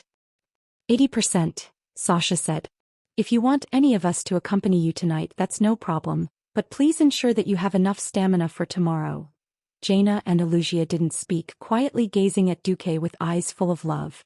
In the end, Duque chose to hug Aurelia to sleep. There was no passion, only the peace of a family. As he softly recounted the bits and pieces of the past, Duque peacefully fell asleep. In the morning, the time to return to the past finally came. Through the portal, The 6 people who were going back this time gathered on a piece of barren land at the junction of the Elven Forest and the Red Ridge Mountain. Duque looked at Grom and Brock, then at Ronan and Vanessa, and finally nodded at Krasis. "Let's begin." Nozdormu's loud voice came from the void. More information began to flood into the minds of the transmigrators from the void. Other than Duque, the other 5 finally understood the meaning of returning to the past. The ancient war. That was the limit of Nozdormu's power. It was the foundation of the world of Azeroth, and even the foundation of the entire world. If the Burning Legion had won the ancient war 10,000 years ago, then the entire timeline would have been completely overturned. That would have been the greatest violation and blasphemy to the efforts of a transmigrator like Duque. The 6 of them felt their surroundings blur, and a terrifying feeling enveloped their bodies. It was as if they were covered by an invisible glass cover, and a large amount of air was instantly pumped into them. The surging waves of air that could not be captured by sight pressed down on everyone's bodies. It was a terrifying feeling that made it hard for them to breathe. The world around them kept changing, and the trees in the Elven Forest that were already showing signs of winter suddenly grew larger. "Master?" Vanessa cried out in shock, but Duque could not respond at all. Even if he tried to force a smile on his face, it would probably be distorted if Vanessa saw it. In the next moment, they realized that the members of the mission seemed to have become long and narrow, noodle people. Before they could even cry out in shock, this strange and distorted illusion of time began to devour everyone. Everyone was like a small boat trapped in a whirlpool in the ocean, spinning clockwise at high speed. The faster they went, the more dizzy they became. Countless strange and blurred sounds and images assaulted their senses. This amount of information was so terrifying. It was no wonder that Nozdormu had to do a will test in advance. It felt like the trees hundreds of meters away were being sucked in by the whirlpool, passing by Duque and entering the whirlpool of time. Soon it was not just ordinary things. Things of all sizes began to fly over, and even the meteors in the sky and the Crimson Mountains broke apart, whistling past and disappeared in the whirlpool. This mental attack was so violent that the few teammates around Duque quickly lost consciousness. Only Duque remained conscious with the System Elf's high-speed information classification and the protection of the spiritual sea. Duque instantly traveled through space and time and saw a huge Milky Way, circling in the void. It was a long river of history formed by countless historical fragments. The System Elf greedily absorbed all the information that could be collected at 80% capacity, until Duque was sent to the distant end of the Milky Way by a huge force.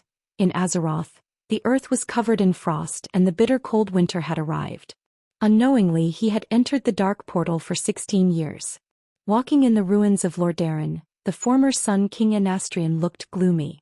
Of course, any lich would look extremely cold and evil to a bystander, regardless of whether they preserved their appearance when they were alive, or if they directly cut off their heads and left only a skull. As the highest-ranking defector who volunteered to join the Calamity Army, the Sun King had always been allowed to retain his will and all his subordinates. Even the corpses of the High Elves that the Calamity Army slaughtered would be assigned to him after they became immortals.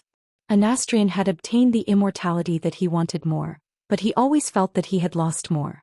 Yes, it was status.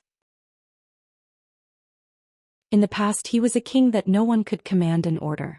A high and mighty king. After surrendering to the Calamity Army, even if he could retain a large number of subordinates, he still felt that he was a damned slave. Arthas could order him, the Lich King could order him, and even those damned dreadlords could order him around like a dog. In his cold eyes that were burning with blue flames, there was only unwillingness and anger. However, the turning point was coming. A demon commander so powerful that he could destroy the great magic city of Dalajan with just a spell. In the end, he died in the world that he came to destroy and was buried in the hands of those ants that he looked down on. And his death became the catalyst for ambition. What was more interesting was that Anastrian noticed that no one actually informed the Dreadlords of the news of Archimonde's death. Chapter 991. The Alliance had stopped their attacks. Most kingdoms of the living did not like to wage war during winter. If the Scourge of Lordaeron belonged to Anastrian, then he would definitely take the opportunity to launch a large-scale invasion during winter, striving to destroy all the living. That way he would be able to occupy the entire eastern and western plague lands and cut off the connection between the Alliance and the continent. When Cule Salus was alone, it would be the time for him to punish the despicable traitor Sylvanus Windrunner who had stolen his kingdom and territory. Unfortunately, it was not time yet. He could only mobilize a pitiful number of undead elves, which numbered less than 100,000. Even though these undead were of high quality, with more than a fifth of them being liches of various ranks, the number of undead elves was still too little. Compared to the scourge of Tirisful that numbered nearly 10 million, it was not even worth mentioning. So he waited, like a spider that had weaved a spider's web and hid in a dark corner, waiting for its prey to come to it. Quiet and full of patience. How many months has it been since we last heard from Lord Archimonde? Why is there still no news? Desrock, the leader of the Dreadlords in Lordaeron, stomped his hooves impatiently. I'm sick of these rotten zombies. If this goes on, we'll all rot into zombies. The Dreadlords stood in what used to be the royal garden of Lordaeron. It was in this palace that Arthas had murdered his own father and brought the apocalypse to his people. That had only happened a few months ago, but it felt like a century had passed. Now the garden that had once been green even in winter was rapidly decaying, just like the zombies and skeletons that were roaming around. Our duty is to manage this place, Desrock. Another Dreadlord reminded the leader. Then we have to stay here and ensure that the scourge can attack at any time. Of course I know that, Verimithas. Desrock roared. But no matter how many problems there are, we should have received some orders long ago. The discussion of the Dreadlords was interrupted by a violent sound. It was the sound of a door suddenly falling. The two demon kings turned towards the source of the sound at the same time and opened their bat wings vigilantly, letting out low growls out of habit. Unexpectedly, the one who appeared in front of them was Arthas, a death knight who had disappeared for many months and was no longer valued by the demon kings. The humans on the eastern side of the undead barrier claimed that they had sliced Arthas in half at the waist, and it did seem to be the case. After all, the lower half of Arthas' body clearly didn't belong to him in the first place. However, that lower body had already fused perfectly with him. Squeezing the horse's abdomen, Invincible stood up and raised its front hooves. Seeing this, every Dreadlord widened their eyes and stared at Arthas as if they were facing their greatest enemy. The self-proclaimed king of Lordaeron was not wearing a helmet. His white hair fell beside his pale face, and he had a smug smile on his face that the Dreadlord hated the most. This was because a person with this kind of smile usually meant that he was untamed and rebellious. This was not an expression that a servant of a servant should have. Arthas' voice was loud and excited. Hello everyone, Dreadlords. Faced with such a disrespectful greeting, these greater demons glared at him fiercely. They were obviously suppressing their anger and not letting it explode. Perhaps I should thank you for taking care of my kingdom while I was away. However, you are no longer of any value to me. The Dreadlords stared at him for a while, dumbfounded. Verimitha was the first to react. He waved his claws and roared, "This is our territory. It's the Burning Legion's Lordaeron. The Calamity Legion belongs to the Burning Legion." Arthas laughed maniacally. Her voice was filled with delight and disdain. Not any more idiotic demons. Archimonde died in battle under the World Tree on Mount Hyjal 4 months ago.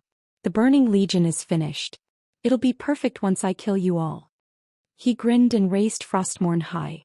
The runes on the blade shone and danced. He did not even need to tighten the reins. With Invincible he charged straight at the 3 Dreadlords.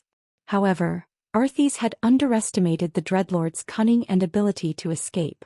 Unless it was a place of death like Mount Hyjal that had an evil banishing magic circle set up in advance, the Dreadlords could really run away. "This is not over, you despicable bone scum knight." After letting out a cry of despair, the Dreadlords had no intention of fighting Arthas at all. They immediately teleported away. Their speed was obviously faster than Invincible's movement. Frostmourne only pierced the air and let out a disappointed wail. Arthas was furious, but he quickly regained his cheerful mood. Planet Azeroth's protective circle had been repaired. The demons could not leave and no reinforcements could come in. The Dreadlords were like rootless duckweeds. They would fall sooner or later. The difference was whether they would die by his hand or the alliance that he hated. "We knew you would come back, Prince Arthas." Thizad was very excited. Arthas did not even bother to look at his loyal servant. Instead he stared at Anastrian. "I'm glad to see that your body is still strong, Sun King Anastrian. Arthes said sarcastically. You also knew that I would come back. So, are you ready to lower your humble head? Anastrian's anger was erupting from the depths of his soul. It swayed wildly, but the soul fire burning in his eye sockets was still calm. Lowering your head to the strong is the greatest principle in the world. After saying that, he lowered his head. But in his heart he swore that this would be the last time.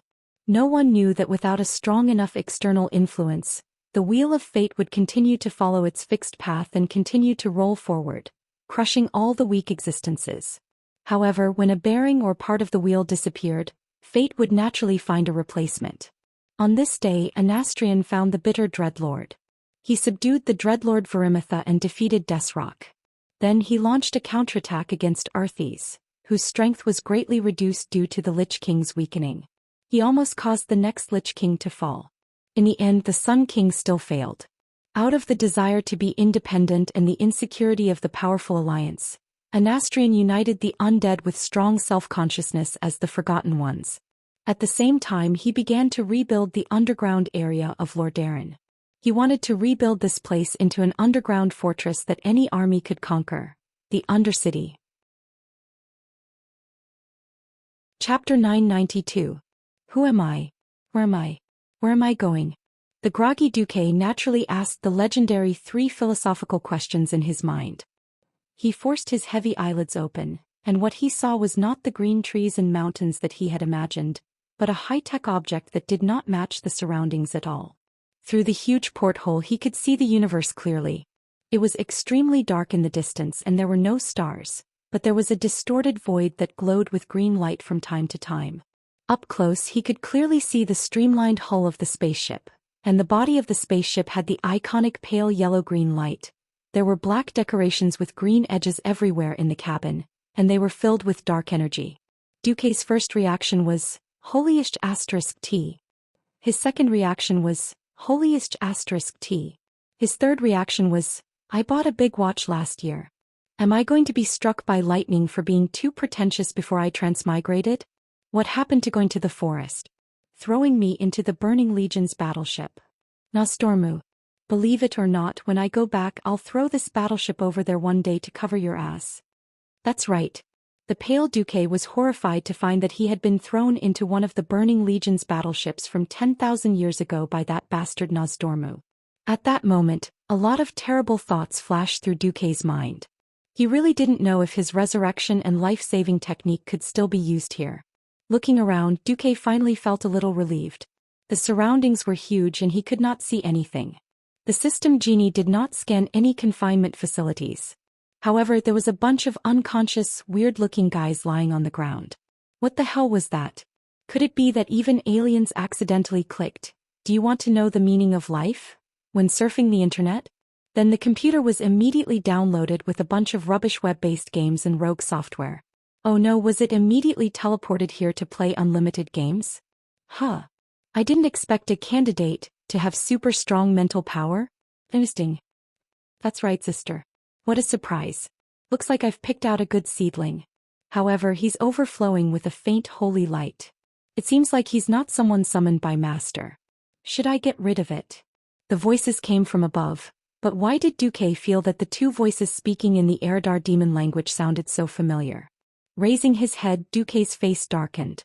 Because in this huge and spacious cabin 30 meters above his head, 2 figures, one purple and one yellow, that he was very familiar with, were staring at him with eyes full of venom and malice. The Eridar twins. High-rank warlocks Auras and Queen Sololas. Duque had no doubt that the 2 adjutants of Kil'jaeden in the Twisted Nether with their full strength could easily kill him.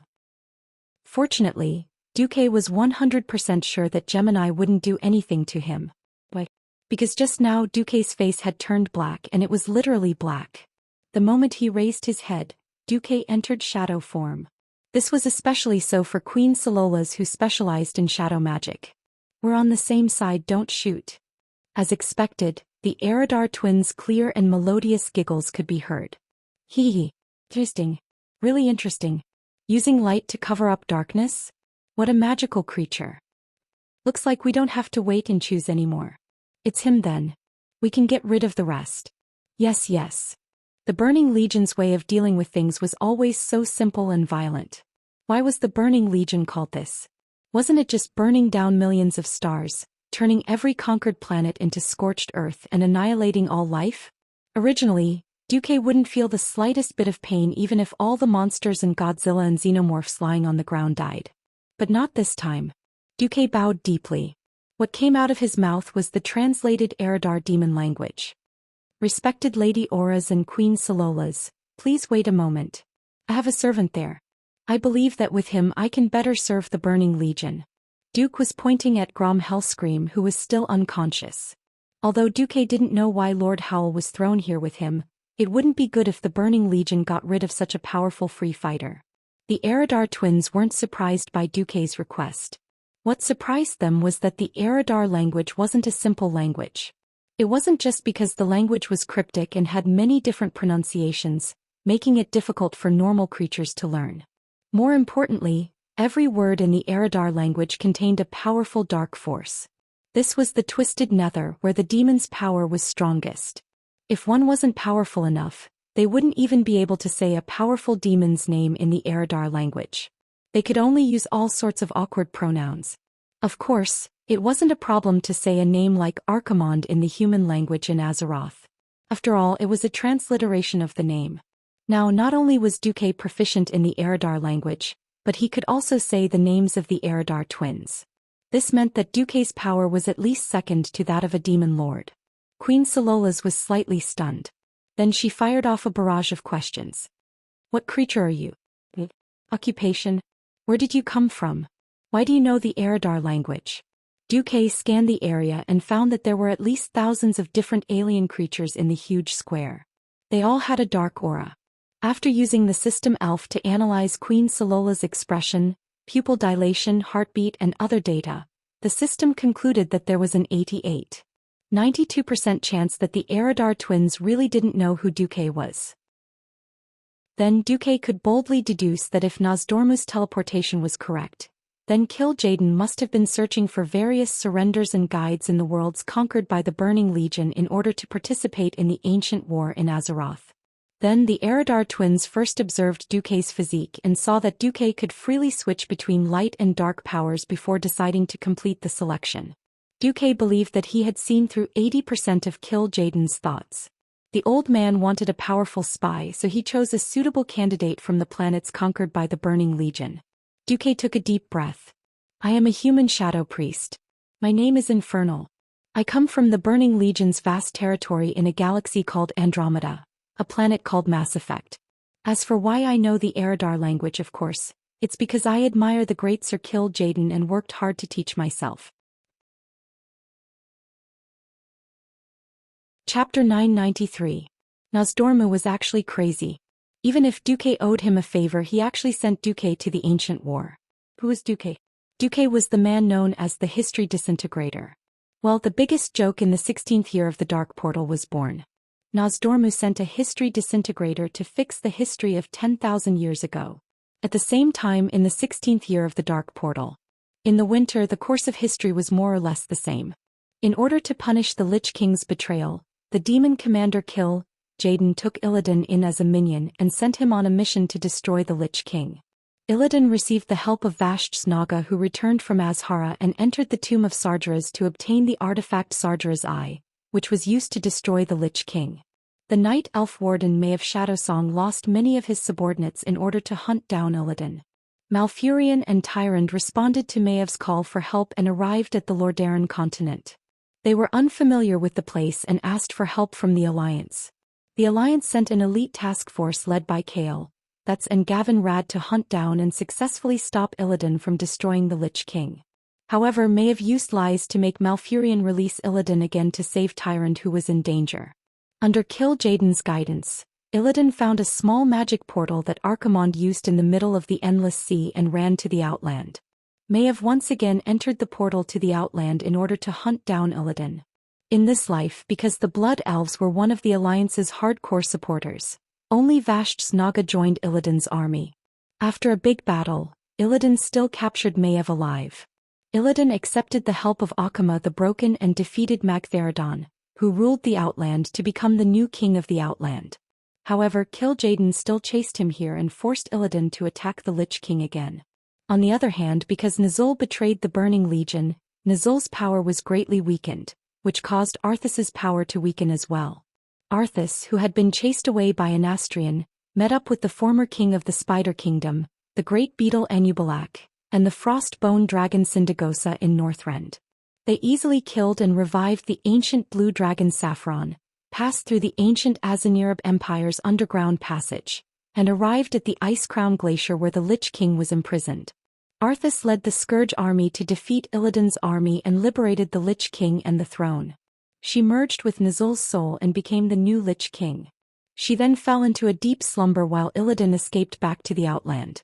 A huge historical divergence had appeared at this time. The Dark Portal, Year 16, February 15th. The Alliance seemed to be on a stopwatch as they launched the largest invasion in history. Even the ice and snow hadn't completely melted yet, and the sudden multi-pronged attack left Anastrian and his subordinates dumbfounded.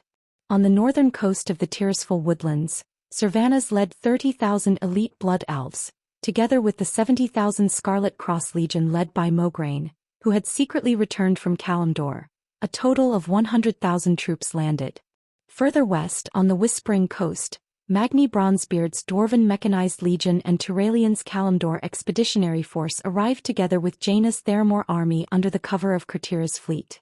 In the southwest, Anduin Lothar's Stormwind Elite Army, Marcus's Territory Private Army led by Reginald Windsor, and the 2nd Tank Corps of Iron Furnace Fort, Thunder God's Hammer, led a fleet across Lordamere Lake and landed near the Malden Orchard in the southwest of the Undercity, which hadn't been built yet.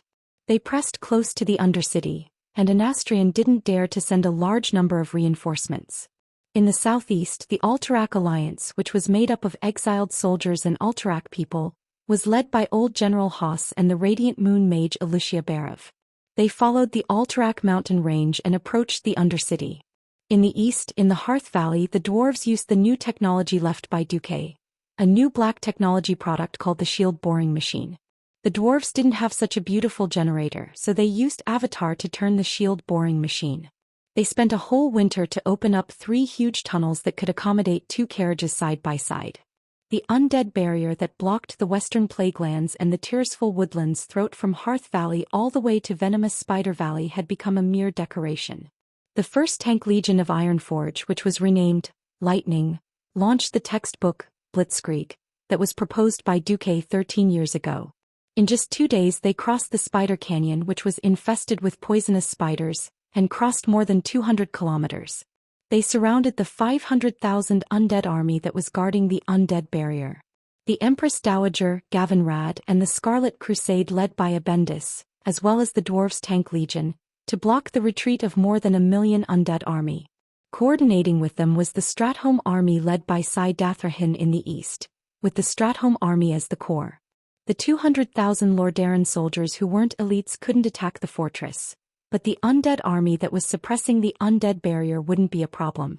Anastrian had been a king for 3,000 years, but he had never seen such a complicated military attack. Advancing from multiple routes and attacking from multiple directions. The news he received in Undercity was often delayed. By the time he received the news and wanted to send reinforcements, the undead army that was originally guarding the area was basically done for. They were either surrounded or devoured by the reinforcements. Originally, the new Forgotten Kingdom wouldn't be so passive if they could destroy or heavily injure the undead army along the way. In fact, the Sun King did the same. He personally tried to get rid of the most crucial 1st Tank Legion of the dwarves, and get rid of Gavinrad and Theon. In his imagination, with his strength as a Breaking Dawn mage, killing a few paladins wouldn't be a problem at all. In the end, he ran into Jaina, Solarian, Caponia, Gina Goldsword, and of course his precious son Kael. That's who made him mad. Unfilial son. Neil. The Sun King wanted to suppress his son like before. My great father, Anastrian Sunstrider, is dead. As a mage of the Alliance, I have no need to listen to an evil undead like you who shares the same name as my father. After experiencing the Battle of Mount Hyjal, Kael, that's who had cleared his name and become a hero, had a completely different spirit from before. From the day he killed Archimonde, he finally had the backbone of a powerhouse. Chapter 994. His precious son's forceful words and merciless attacks almost turned Anastrian into a retard. In the eyes of the Sun King there was no point in arguing. If that did not work, he would just kill all these powerhouses in front of him and turn them into forgotten ones. That way his undead kingdom would naturally be greatly strengthened. The problem was that he could not defeat these Radiant Moon mages. Logically speaking, a Breaking Dawn mage should have no problem crushing a Radiant Moon. The problem was that the equipment of these Radiant Moon mages was blindingly bright. They were all high-grade epic-grade equipment from Mount Hyjal, and their various attribute bonuses were many times higher than Anastrian's. Although he had once been the Sun King and his equipment was definitely not bad, being the best of this era, his opponents had equipment that was 2 whole generations ahead of him. When the Sun King's magic could not break through the magic shields of any of the Radiant Moon mages, he knew that he could not win this battle. Once they fell into a tug-of-war, the natural weakness of fire mages was exposed. Fire mages had the worst stamina out of all mages. He had no choice but to retreat. But when he brought the Silver Moon counselors with him in the next battle, they would face a large group of mages who had joined the Alliance's court mages. It was another pointless battle of magic. Neither side killed the other, and even the Sun King's magic circuits were overloaded. What made the Sun King even more furious was that the other side's equipment was too good, and their mana recovery speed was actually above the undead. If he had enough time to set up a trap and successfully ambush a well-equipped Radiant Moon mage, he might have been able to turn the tables. Who knew that the Alliance would follow the strategy that Duque had left behind from the start? They only wanted to not lose in a battle of magic. Thus, the entire team of mages stayed together and the Sun King could not find a chance to attack. As a result, the magic domain could not suppress the undead, and the battlefield below became the Alliance's domain. In just a month, the 6 armies wiped out nearly 10 million undead creatures and gathered in Gloom City, surrounding the once most resplendent jewel of the Lordaeron continent. Looking at the dilapidated Lordaeron city, Mograine and the rest of the Lordaeron people sighed endlessly. Hurry up and attack Lordaeron city. Drag out Anastrian who stole our Lordaeron's pearl and purify him. Mograine raised, Ashbringer high, full of fighting spirit. However, Anduin waved his hand and pointed at the collapsed city wall. It's easy to take down Rotterdam city, but it's not easy to take down the newly built Gloomy city. Some people might ask, isn't this the same city? Of course not. The old Rotterdam city was mainly on the ground. However, the core buildings of the newly built Undercity were all underground. As a veteran commander, Mograine knew how cruel the street battles were when attacking a castle, not to mention an underground fortress. If this wasn't the capital of the Rotterdam Kingdom, he definitely wouldn't be willing to waste the lives of so many young people to attack. However, for the sake of the glory of the Rotterdam Kingdom, they had to fight no matter how difficult it was. Just as Mograine was about to order an attack, Queen Kalia appeared. Your Majesty. Mograine hurriedly bowed. Kalia said in her pleasant but firm voice, Alessandro, have you ever thought about the terrible consequences if the war turns into a tug-of-war? Every warrior who attacks the underground city will not be able to return. Their corpses will be desecrated, their souls will be forced to fall, and they will become part of the enemy. Mograine immediately felt bitter. Queen Kalia looked at the white city walls that had become extremely dilapidated. Seeing that the beautiful city that had nurtured countless generations of Rotterdam people had become extremely dilapidated, she gently stroked her chest. Beneath her muscles and bones, there was a heart that was aching. Arthas has already desecrated Rotterdam city once. Now the despicable Anastrian is doing it again. Not only did they desecrate the former capital of the Alliance, but they also want to turn this place into the scariest and dirtiest dark sanctuary.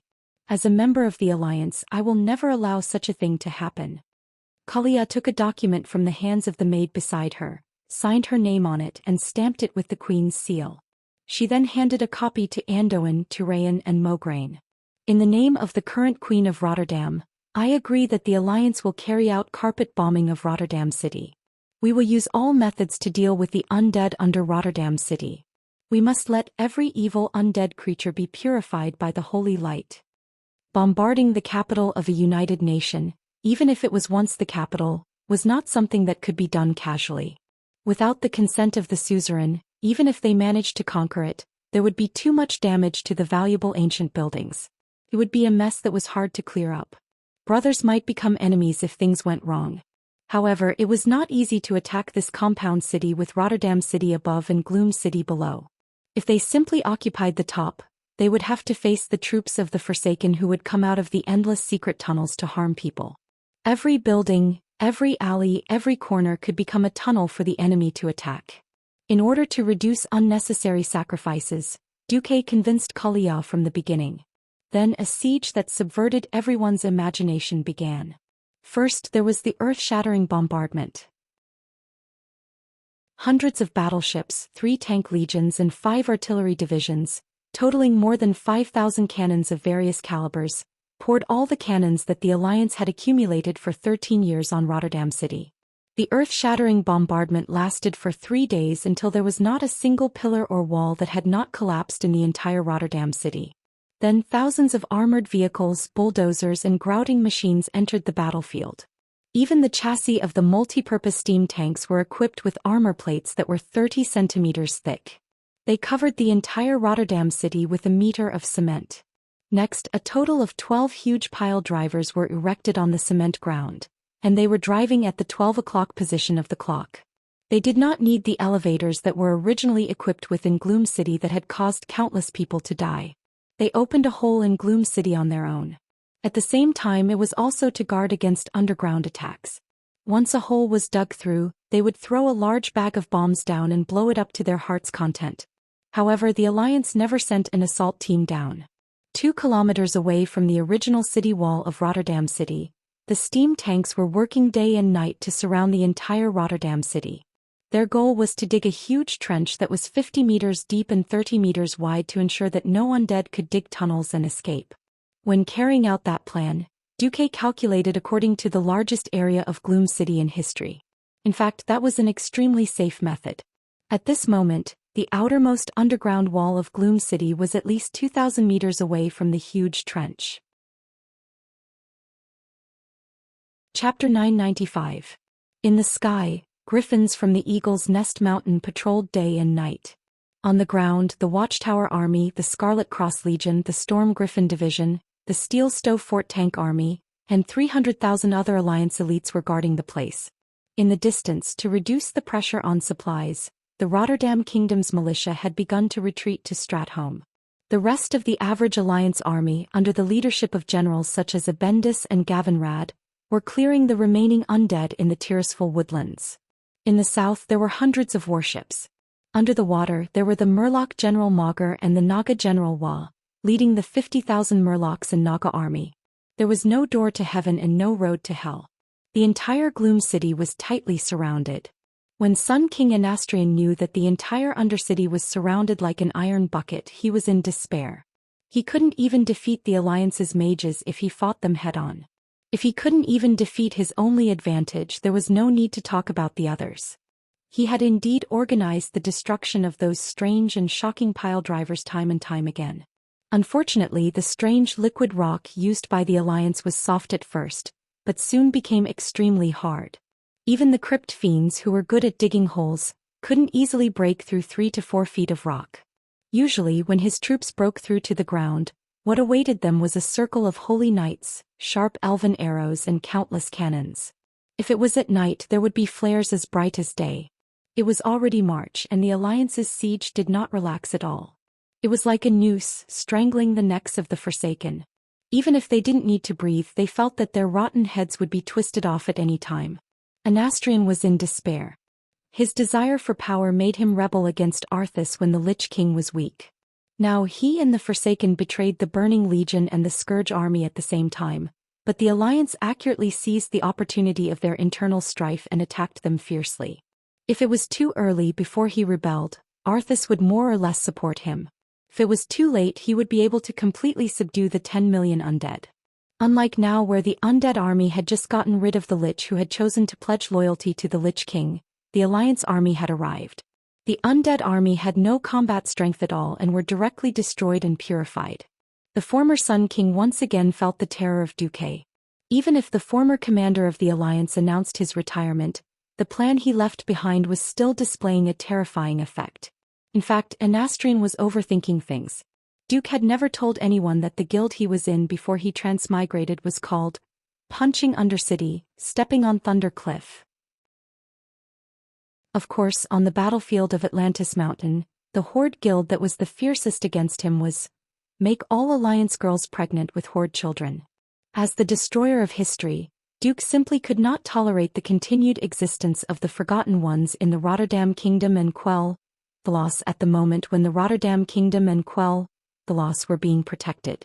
In Duke's eyes, Nizul's betrayal was inevitable.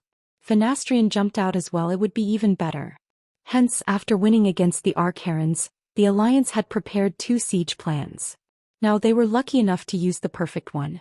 As long as the Undercity was torn down, Duke firmly believed that the Alliance would manage the entire Eastern Kingdom like an iron plate, and anyone who came would have to fight until their teeth were broken. On the 1st of April, the outer city of the Undercity, which was originally only 1/3 the size of the original history, had all fallen. The Alliance's frontline positions in the north, south, east, and west all had a powerful paladin and radiant moon mage in charge. The Forgotten Ones relied purely on a circular underground river that seemed to be full of green venom to protect the central city. At this time, Anastrian finally gave up hope and announced to give up the Undercity, retreating to the Kalimdor continent. At the moment when Duque was forced to temporarily become a priest, Anastrian was the strongest pharaoh in the world. If he wanted to open a portal and leave, no one could stop him. In fact, from the start of the war, the Alliance's military goals did not include killing Anastrian. You're leaving, right? I won't send you off. Of course, since the Forgotten Ones were destined to be the Alliance's enemies, the Alliance immediately launched a strong attack after sensing the spatial fluctuations. Multi-purpose steam tanks directly pushed a large number of sandbags into the Green River, set up pontoons, and the army directly pressed forward. After half a day of fighting, the Sun King, who was not in the mood to continue fighting, finally withdrew about 20,000 Forgotten Ones. Most of the Forgotten Ones were purified by the Alliance army. Long live victory! Long live Her Majesty Kalia Menethil! Lordaeron has been recovered. Long live the Alliance, whose tears were flying, whose cheerful laughter was reverberating in the air. No, it wasn't someone's. It was everyone's. It belonged to every member of the Alliance. Ever since Arthas killed his father and destroyed Lordaeron last year, followed by Archimonde's arrival, the entire Lordaeron continent and even the world of Azeroth had suffered too much. Every living creature in the world was under the threat of death. The dark clouds of fear lingered above everyone's heads for too long, so long that they almost forgot what victory and safety felt like. Now Archimonde was dead. The undead that occupied the Lordaeron continent was wiped out. How could everyone not be wild with joy? On the ruins of Lordaeron, there were crowds of revelers everywhere. Humans held the arms of gnomes and raised them up high. Dwarves and elves competed in drinking. Everyone was reveling without a care in the world. On this day, with the recovery of Lordaeron, it was announced that there was no longer an organized Scourge army and Burning Legion in the entire Eastern Kingdom. This day was also designated as Victory Day by the people of Lordaeron. On the other hand, because everyone generally thought that Nizul was too stupid to betray the Burning Legion, and the second idiot Anastrian rebelled again, and it was the 2 idiots who fought together that allowed the Alliance to destroy the powerful undead army at a very small price, everyone privately called this day April Fool. They used this to mock Nizul, who was trapped in Northrend, and Anastrian, who was in the Winterspring region of the Kalimdor continent. After the noisy banquet, the 3 Windrunner sisters Jaina, Elucia, Kalia, and the rest gathered together. Aurelia raised her wine glass high. This is the victory that was achieved with the strategy that Duque left behind. This glass is for the man we love the most. Cheers. No matter how much alcohol they could drink, the 6 women drank it all in one gulp. Then they cursed inwardly. Duque, you bastard, why haven't you died yet? Chapter 996. However, there was still no news of Duque. Even when Aurelia tried to contact Alexstrasza and Nosdormu, she did not get a definite answer. The damage to spacetime has not been repaired. They can't come back for the time being. This was Nosdormu's answer under the Red Dragon Queen's interrogation. Time passed day by day. Due to the constant invasion of werewolves from the Silver Pine Forest, the Alliance organized an encirclement in May. The effect was not very good. The werewolf disease was an infectious disease similar to the plague. Anyone who was bitten by a werewolf would become a werewolf. This was similar to the snowball tactics of the undead. If it was just to exterminate the werewolves, it would be easy. The problem was the strange characteristics of the Emerald Dream. After the Emerald Dream area that Erigel used to make the werewolves sleep was opened, there was more than one exit. Werewolves could appear out of nowhere anywhere in the entire Silverpine Forest area. The werewolves constantly attacked the Alliance's supply team. As a result, the number of werewolves increased. In desperation, they could only announce a border blockade. Just like 13 years ago, the Alliance divided the Silverpine Forest border into the north and south. As a result, Gilneas, which was hanging on the cliff, became an independent country outside the Alliance. On the other hand, in view of Illidan's repeated troubles, the Alliance decided to reopen the Dark Portal and send an expeditionary force to see what kind of environment it was. After repeated discussions, this advance force of only 30,000 people was led by Gavin Rad, Daneth Trollbane, Kale, and their followers who were eager to make a contribution. They began to kill their way into the Outland, which was now Draenor's Hellfire Peninsula, and built a forward base on the peninsula. However, due to unknown interference, the interstellar teleportation suddenly stopped after the advance force reached the opposite side of the Dark Portal. The Alliance had no choice but to announce that the advance force was missing. This year, the Alliance finally ended its state of war and returned to building peace. Due to Duque's warning before he left, no one dared to take it lightly. The Alliance began to secretly focus on the Black Rock Mountain between the Scorching Canyon and the Burning Steppes. Because, according to Duque's prophecy, which was not a prophecy, the huge fire elemental force behind Baron Geddon, who had appeared in the Battle of Black Rock Mountain to scare people, would sooner or later come out to cause trouble, turning back time. 10,000 years ago in the distorted void, a certain Zhou shamelessly deceived the Eridar Gemini who claimed to be honest and reliable, saying that his name was Infernal Affairs. In fact, Duque was also afraid that the Eridar twins would see through his clumsy lie. But he had no choice but to gamble. Kill Jaden was the most vengeful. In history, even if Archimonde knelt down, he would still tirelessly use all kinds of fancy methods to hunt down Nizul who dared to betray him. Although Duque was certain that no demon would know who Duke Marcus was 10,000 years ago, Duque was absolutely certain that if he dared to reveal his true name, it would definitely affect the spacetime 10,000 years later. Perhaps if he had returned to the time before the first battle at the Dark Portal, the Mediv possessed by Sargeras would have killed him as soon as he heard Duque's name. The only choice was to use a fake name. He had also considered the possibility of the Burning Legion seeing through his clumsy lie. After careful consideration, he felt that the possibility of being seen through was not high. It was very simple. If it was an important matter that could not be solved directly, perhaps it would require strategies and conspiracies. If it was the other way around, if a healthy adult wanted to crush an ant that had nowhere to run, would he spend the effort to set up a trap? Duque guessed that since the time he came to was before the Burning Legion's first invasion of Azeroth, it was very likely that this was a matter of selecting talents from conquered worlds. What was left of the worlds conquered by the Burning Legion? Not even a single hair was left. Killed Jaden would constantly absorb races that he thought were strong to join the Burning Legion, such as the Abyss Lord and the Dread Lord. After all, those that he took a fancy to were few. Most of them were the members of the Burning Legion who had their home planets destroyed and could not meet the official standards of the Burning Legion. In Kill Jaden's eyes, those pitiful creatures that had their worlds destroyed, whether they were former guides or great traders, were all of little value. They were just a little higher than ants and could not enter his discerning eyes. Would such an existence have a very perfect record? Duque was the first to not believe it. Furthermore, because of his guilty conscience and afraid that Tyrande would find out, Duque had specially carried out a microplastic surgery on himself before he transmigrated.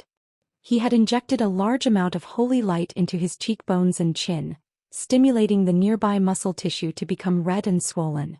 This made his eyes more sunken, thinner, and scarier.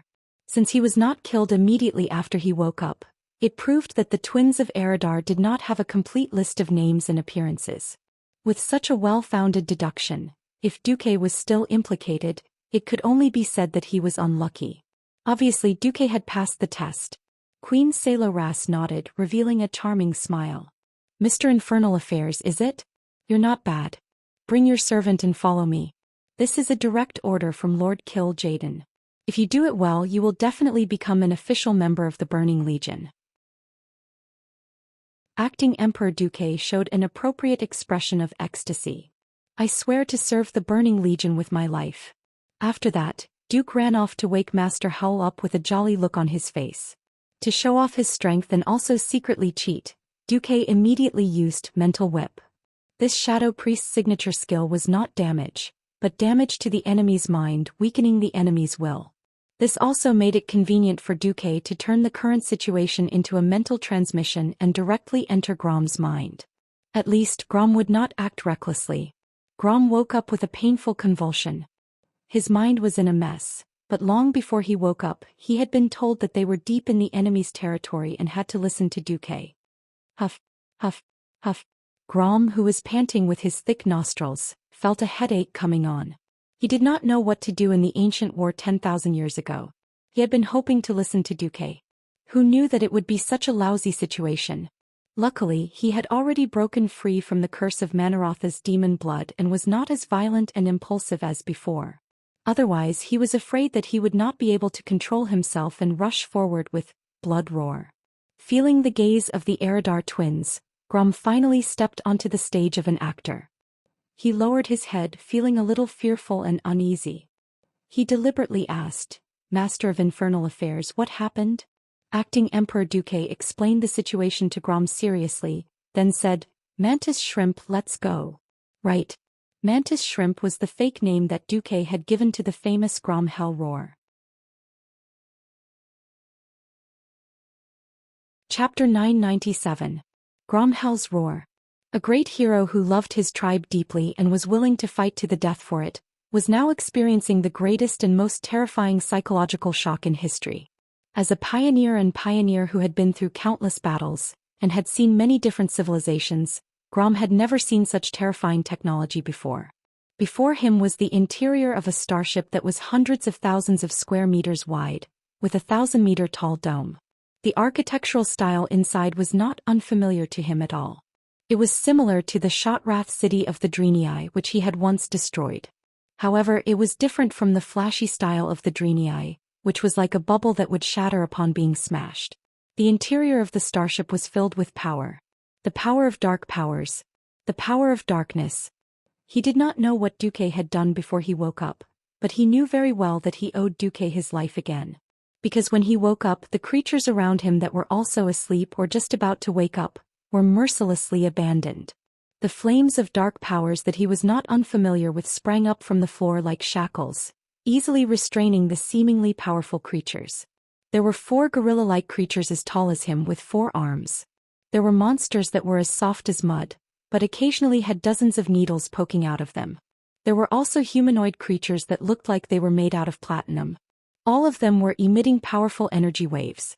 Contrary to Grom's expectations, the first thing that those seemingly powerful creatures did after waking up and realizing that they were under the threat of death was not anger, roaring, or pleading for their lives. Instead, they begged the 2 female demons who weren't that tall standing in front of Duke. All sorts of languages filled the air, but all of them expressed the same thing: submission and pleading. Grom suddenly realized that his soul had suffered a great shock. So many races, so many powerful beings had willingly chosen to become slaves of the Burning Legion. Where was their glory? Where was their sense of self as a living being? No, none at all. Just like that, even at the very end of their lives, they shamelessly kneeled and licked, craving for the mercy of these demons who had once destroyed their race and their home. In what felt like a few blinks of an eye, every single creature that was begging for mercy was reduced to dust. His body and soul had turned into pure dark energy.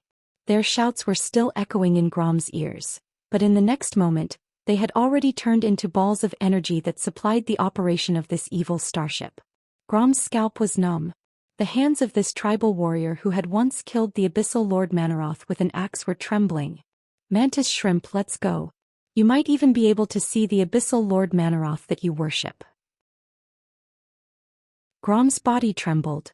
He finally realized that he had really returned to 10,000 years ago. This was because the Lord of the Abyss that he had personally killed was still alive and kicking at this point in time. He didn't know what Duke had done to ensure that he wouldn't lose his life the moment he woke up. But he knew that at a time like this he could only choose to trust Duke. Otherwise, not just him but the tides of history might be disrupted, leading to an even worse ending. For example, his home might be attacked by the Burning Legion in advance.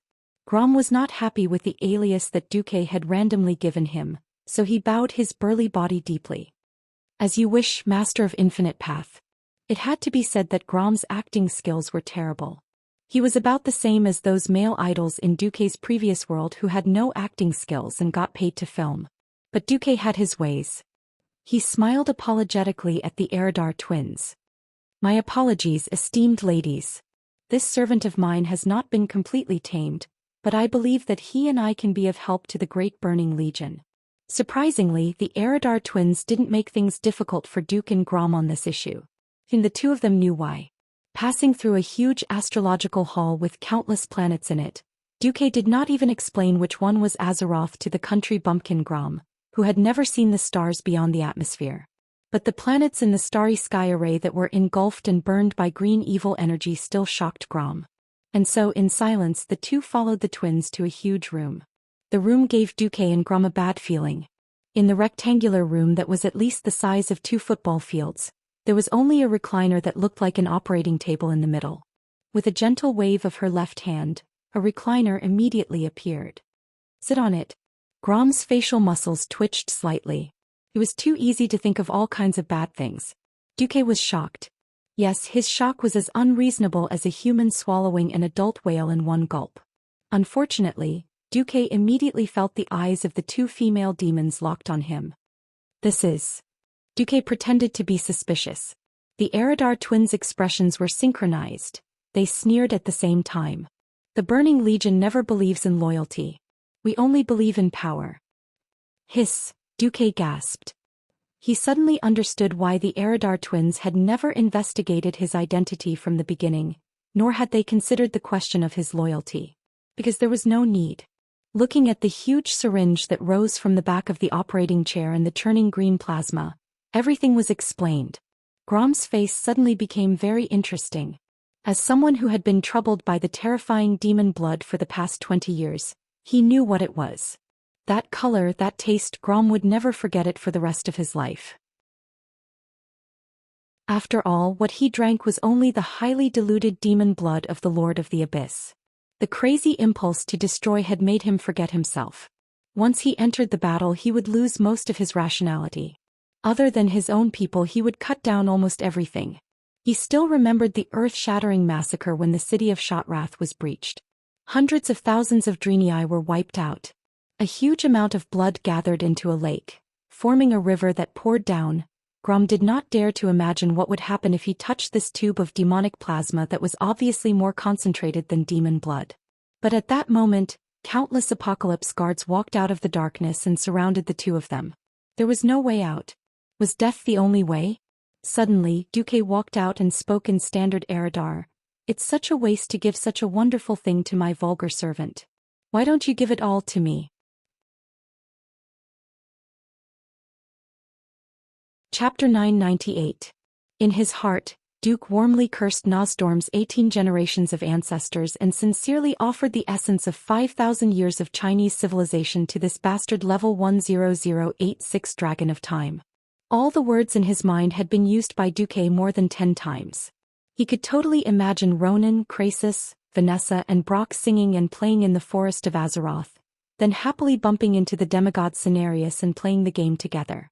Why can these 4 guys choose the difficulty of the game? I'm playing hell mode right from the start? I Duke am the first to be dissatisfied. Alright, that's all. It's useless now. Nosdorm had sent Duque to the Burning Legion's nest, the Twisting Nether, and made Duque be surrounded by hundreds of millions of demons. The only way for Duque to survive was to find a way to enter the Earth Matrix and successfully teleport to Azeroth. For example, to gain Kil'jaeden's favor and become a part of Kil'jaeden's sinister plan. This caused Duque to pinch his nose and eat even though he knew that there was a bowl of hot tea in front of him. He elegantly sat on the operating chair that was starting to change to fit Duque's body size. Duque gave Grom a look. Trust me. Grom's heart jumped as he looked at Duque and his mouth was filled with bitterness. Born in that primitive and barbaric world full of courage and heroism, Grom had always been proud of being a great orc. Orcs were the bravest race. Orcs were the greatest and most advanced race. From birth until he drank the demon's blood, Grom had always firmly believed in it. Until he saw other more brilliant civilizations such as the dreamy-eye humans, dwarves, elves. When the orcs won, he never admitted that other civilizations were superior and more advanced than the orcs. But the cruel battle of Black Rock Mountain changed everything.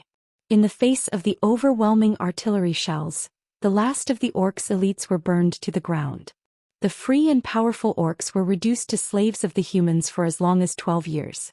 When they regained their freedom while the Scourge army was wreaking havoc, they once again saw the violent artillery and mechanical civilization. Even the most arrogant orcs had to admit that in the field of civilization, the orcs had fallen far behind the other races. Under the leadership of Duque, the combat power of the alliance was far beyond that of the tribe. Grom didn't dare to imagine what would have happened if the Scourge and Burning Legion hadn't been pressured by the alliance. However, when he was teleported by Nozdormu to the Burning Legion's space battleship from 10,000 years ago, he finally realized a shameful fact. The Beastmen had completely fallen behind. Not to mention the advanced technology of the Burning Legion, even compared to the alliance of 15 years after the Dark Portal, the Horde was simply primitive.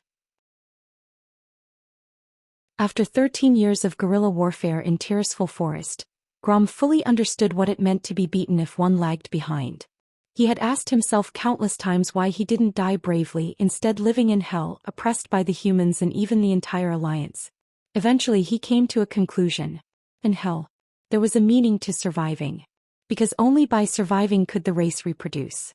Only then would there be hope for the future. That was why living and fighting were meaningful. Grom survived the continuous deaths of his companions. He didn't rely on miraculous survival, but instead he carved out a bloody path with his axe. The sacrifice of his comrade had long since made Grom forget what tears were. Even though he would wake up in the middle of the night from the violent and bloodthirsty nightmares caused by the demonic blood, he couldn't deny that his actions were wrong. No matter how much pain he felt, no matter how he felt about this terrifying bloodline curse, only by fighting could he save his people and lead them to the path of the future. This bloody path was destined to be full of thorns. Perhaps he didn't know when he would be the only one left wandering at the gates of hell. He was glad that Thrall, the young and great chief who had helped the tribe rise again, had finally appeared. There were many times when he wanted to throw away the heavy responsibility on his shoulders and pass away peacefully with the beautiful expectations he had for the Beastmen. Looking at Orgrimmar rising from the ground, Grom only had one last wish left in his heart: to repay a favor from a human. Although that human was once the tribe's public enemy, he was also the greatest person. His greatness even transcended the boundaries of race and country. With the thought of repaying his debt, he had agreed to come to this dam 10,000 years ago and fight for a historical correction mission that seemed to have nothing to do with the Beastmen. But now he suddenly realized that he had a new responsibility on his shoulders. He had a responsibility. He had to tell Thrall about the terror of the Burning Legion that he had seen with his own eyes. He had to tell the entire tribe. In order to achieve this goal, he had no choice but to personally witness his benefactor, right in front of him, shouldering another disaster for him. Grom's strong arms struggled and his mouth twitched. His sharp fangs clattered not because of fear but because of excitement. Yes. He owed Duque another life. Even though he had seen with his own eyes how Duque had forcefully converted Archimonde's evil curse power into holy light, it did not erase the guilt in his heart. Grom knew very well what would happen once such a high-purity evil power entered his body. But Duke smiled and plucked away the despair that should have belonged to his Grom. He did not say a word, just a proud look. It was as if Duque was saying, "You want to corrupt me? Even 100 times more won't be enough." Duque lay down with a smile and then made countless plans in his mind. In the deepest part of his heart he built layer after layer of mental defenses. Come on. Best Actor Duque had a fanatical expression on his face, as if he was willing to sacrifice his body for the Burning Legion. That was the desire for power. That was the worship of the strong. The Eridar twins, who could not read Duque's mind at first, finally looked satisfied. That's right, this was the expression that a bunch of useless followers should have. The huge and terrifying needle pierced directly into Duque's heart, and the high purity of evil power that would make a large number of Apocalypse guards jealous was injected into Duque's heart drop by drop. Ah! Even the gentle Duque could not suppress the violent reaction in his body, and let out a bestial roar. Nozdormu, I will castrate you when I get back.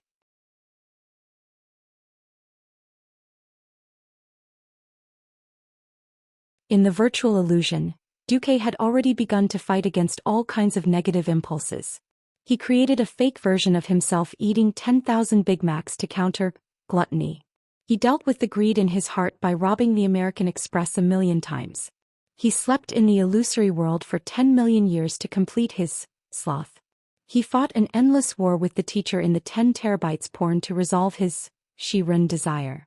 In the end, he beat up the Burning Legion's Big Three 10,000 times, and then turned them into ashes 100 million times to vent his wrath. In the outside world, Grom watched anxiously as Duque's body convulsed in the dark energy solution. He could not imagine what Duque had to face in the spiritual world. But as he listened to Duque's bones and saw Duque's body expand to the size of two people, it was not hard to imagine how much pain Duque was suffering at the moment. However, on the other hand, he could also see some clues from the horrified expressions of the Burning Legion's demons. Crazy. Crazy. This is crazy. Did we get the purity wrong? How can a lowly creature contain so much dark energy? Aura's face was full of disbelief. This is impossible. Do you think we are all blind? That is enough to create 100 demon lords. Queen Saloras gritted her teeth. Could it be that this mysterious human is especially good at containing dark energy? Are you kidding me? There can't be such an existence. But the amount of dark energy he absorbs is far beyond the level of a normal lord. It's almost at the level of a commander. Aura's looked like she was about to cry. The Erida Gemini could not imagine what it would be like to have a fourth Big Three in the Burning Legion.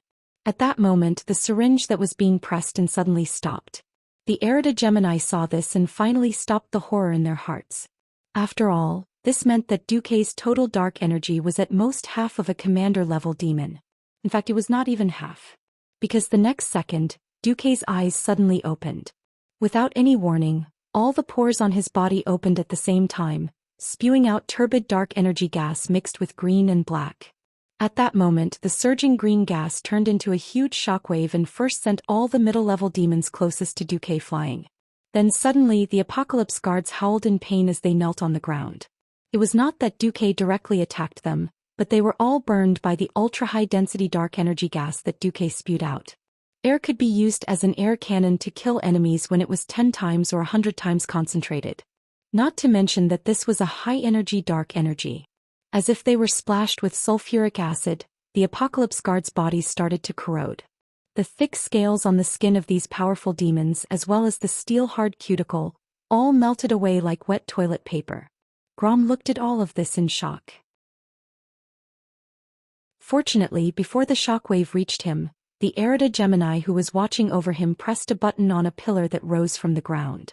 A powerful ventilation system was activated, and in an instant, the ultra-high-density dark energy gas was drawn out of the hull. Even so, more than 100 Apocalypse guards had been killed.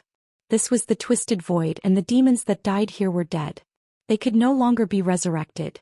The Erida Gemini's expression was very interesting. There was shock, horror, and a hint of anticipation. On the operating table in the middle of the hall, an object that looked like Duque slowly stood up. It did not look any different, but the powerful evil aura that came rushing at them told the Erida Gemini. A new elite demon lord was born. Chapter 1000. Initially, the Burning Legion was the fallen titan Sargeras. It was only after Sargeras brought Kil'jaeden and Archimonde into the pit 25,000 years ago that the Burning Legion came into being. Since that day, Kil'jaeden had not stopped adding new races to the Burning Legion. After all, the Eridar race was strong, but they were not invincible. It was a waste to use the pure-blooded Eridar race as war consumables. That was how the Doom Guards, Lords of the Abyss, Dreadlords, Cerberus and other races, as well as evil magic creations such as Hellfire came into being. It was easy to measure the status of a race. It was to see if the race had a peerless elite who could perfectly absorb dark powers. And now there was one more. a human elite from the Andromeda star with mass effect. A moment ago, Duque was still a pawn who could let the Eridar twins rule over his life. But now he was a peerless elite that even Gemini had to treat with respect. Thud. Duque stomped on the ground.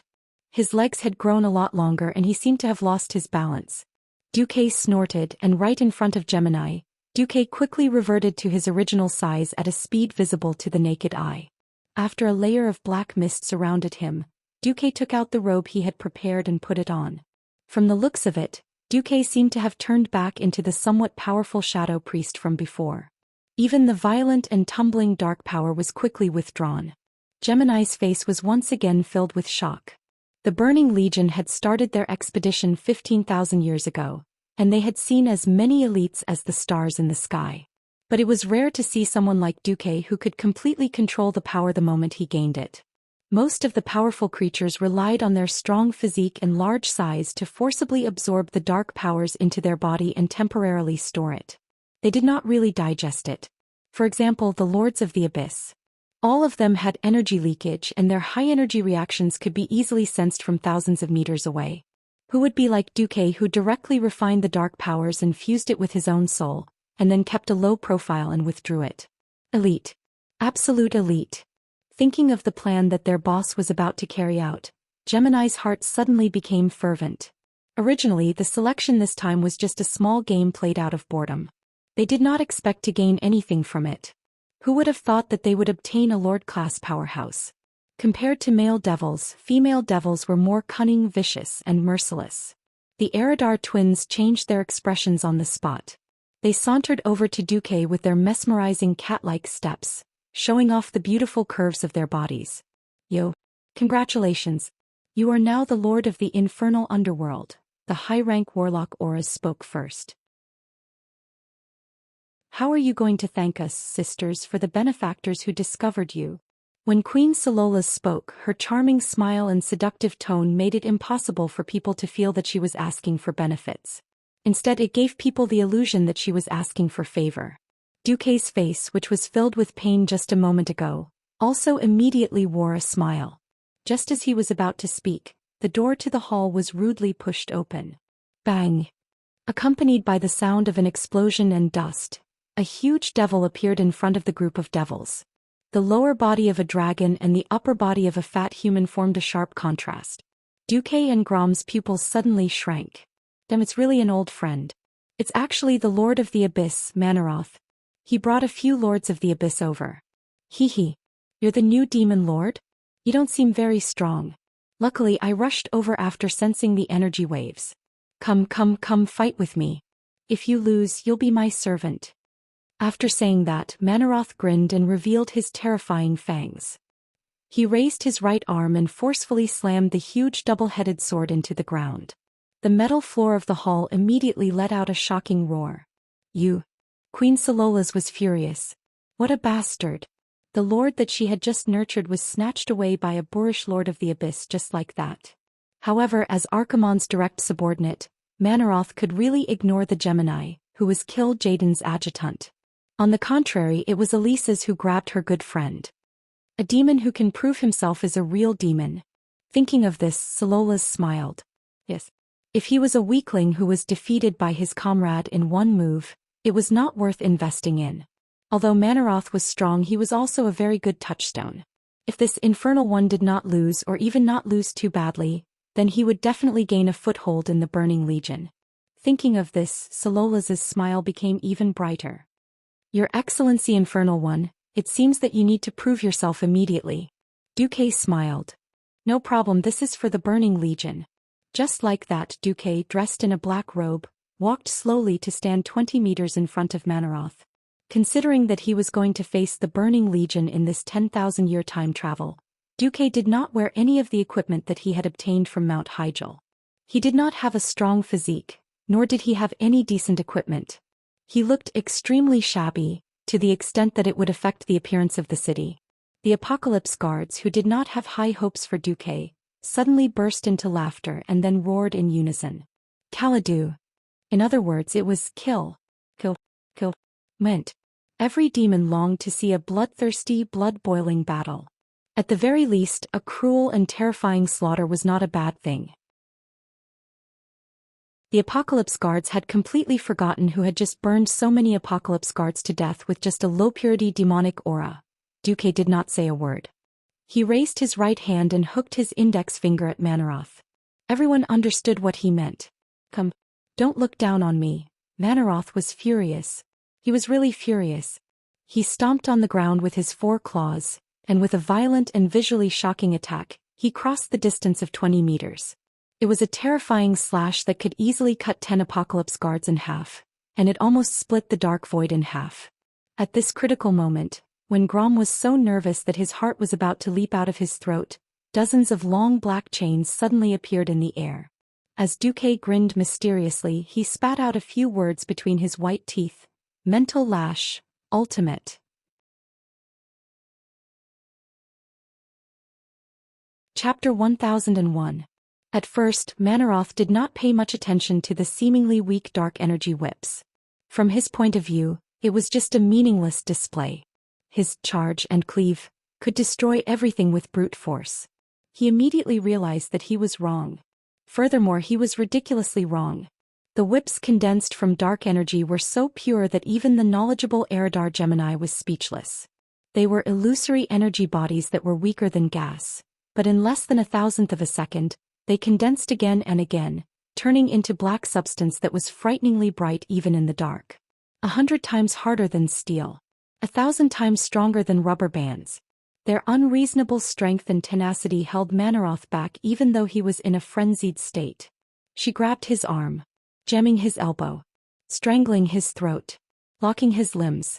The whips of dark power that came from all directions out of nowhere actually stopped the top lord of the abyss, whose weight was measured in tons, as if he had been frozen on the spot, as if he had been turned into a fossil. The gigantic splitting mountain sword was clearly just a centimeter away from cutting Duke's body, cutting this seemingly weak body in half with a single slash. But, so close yet so far away. When Manaroth roared and used all his strength, Manaroth shouted.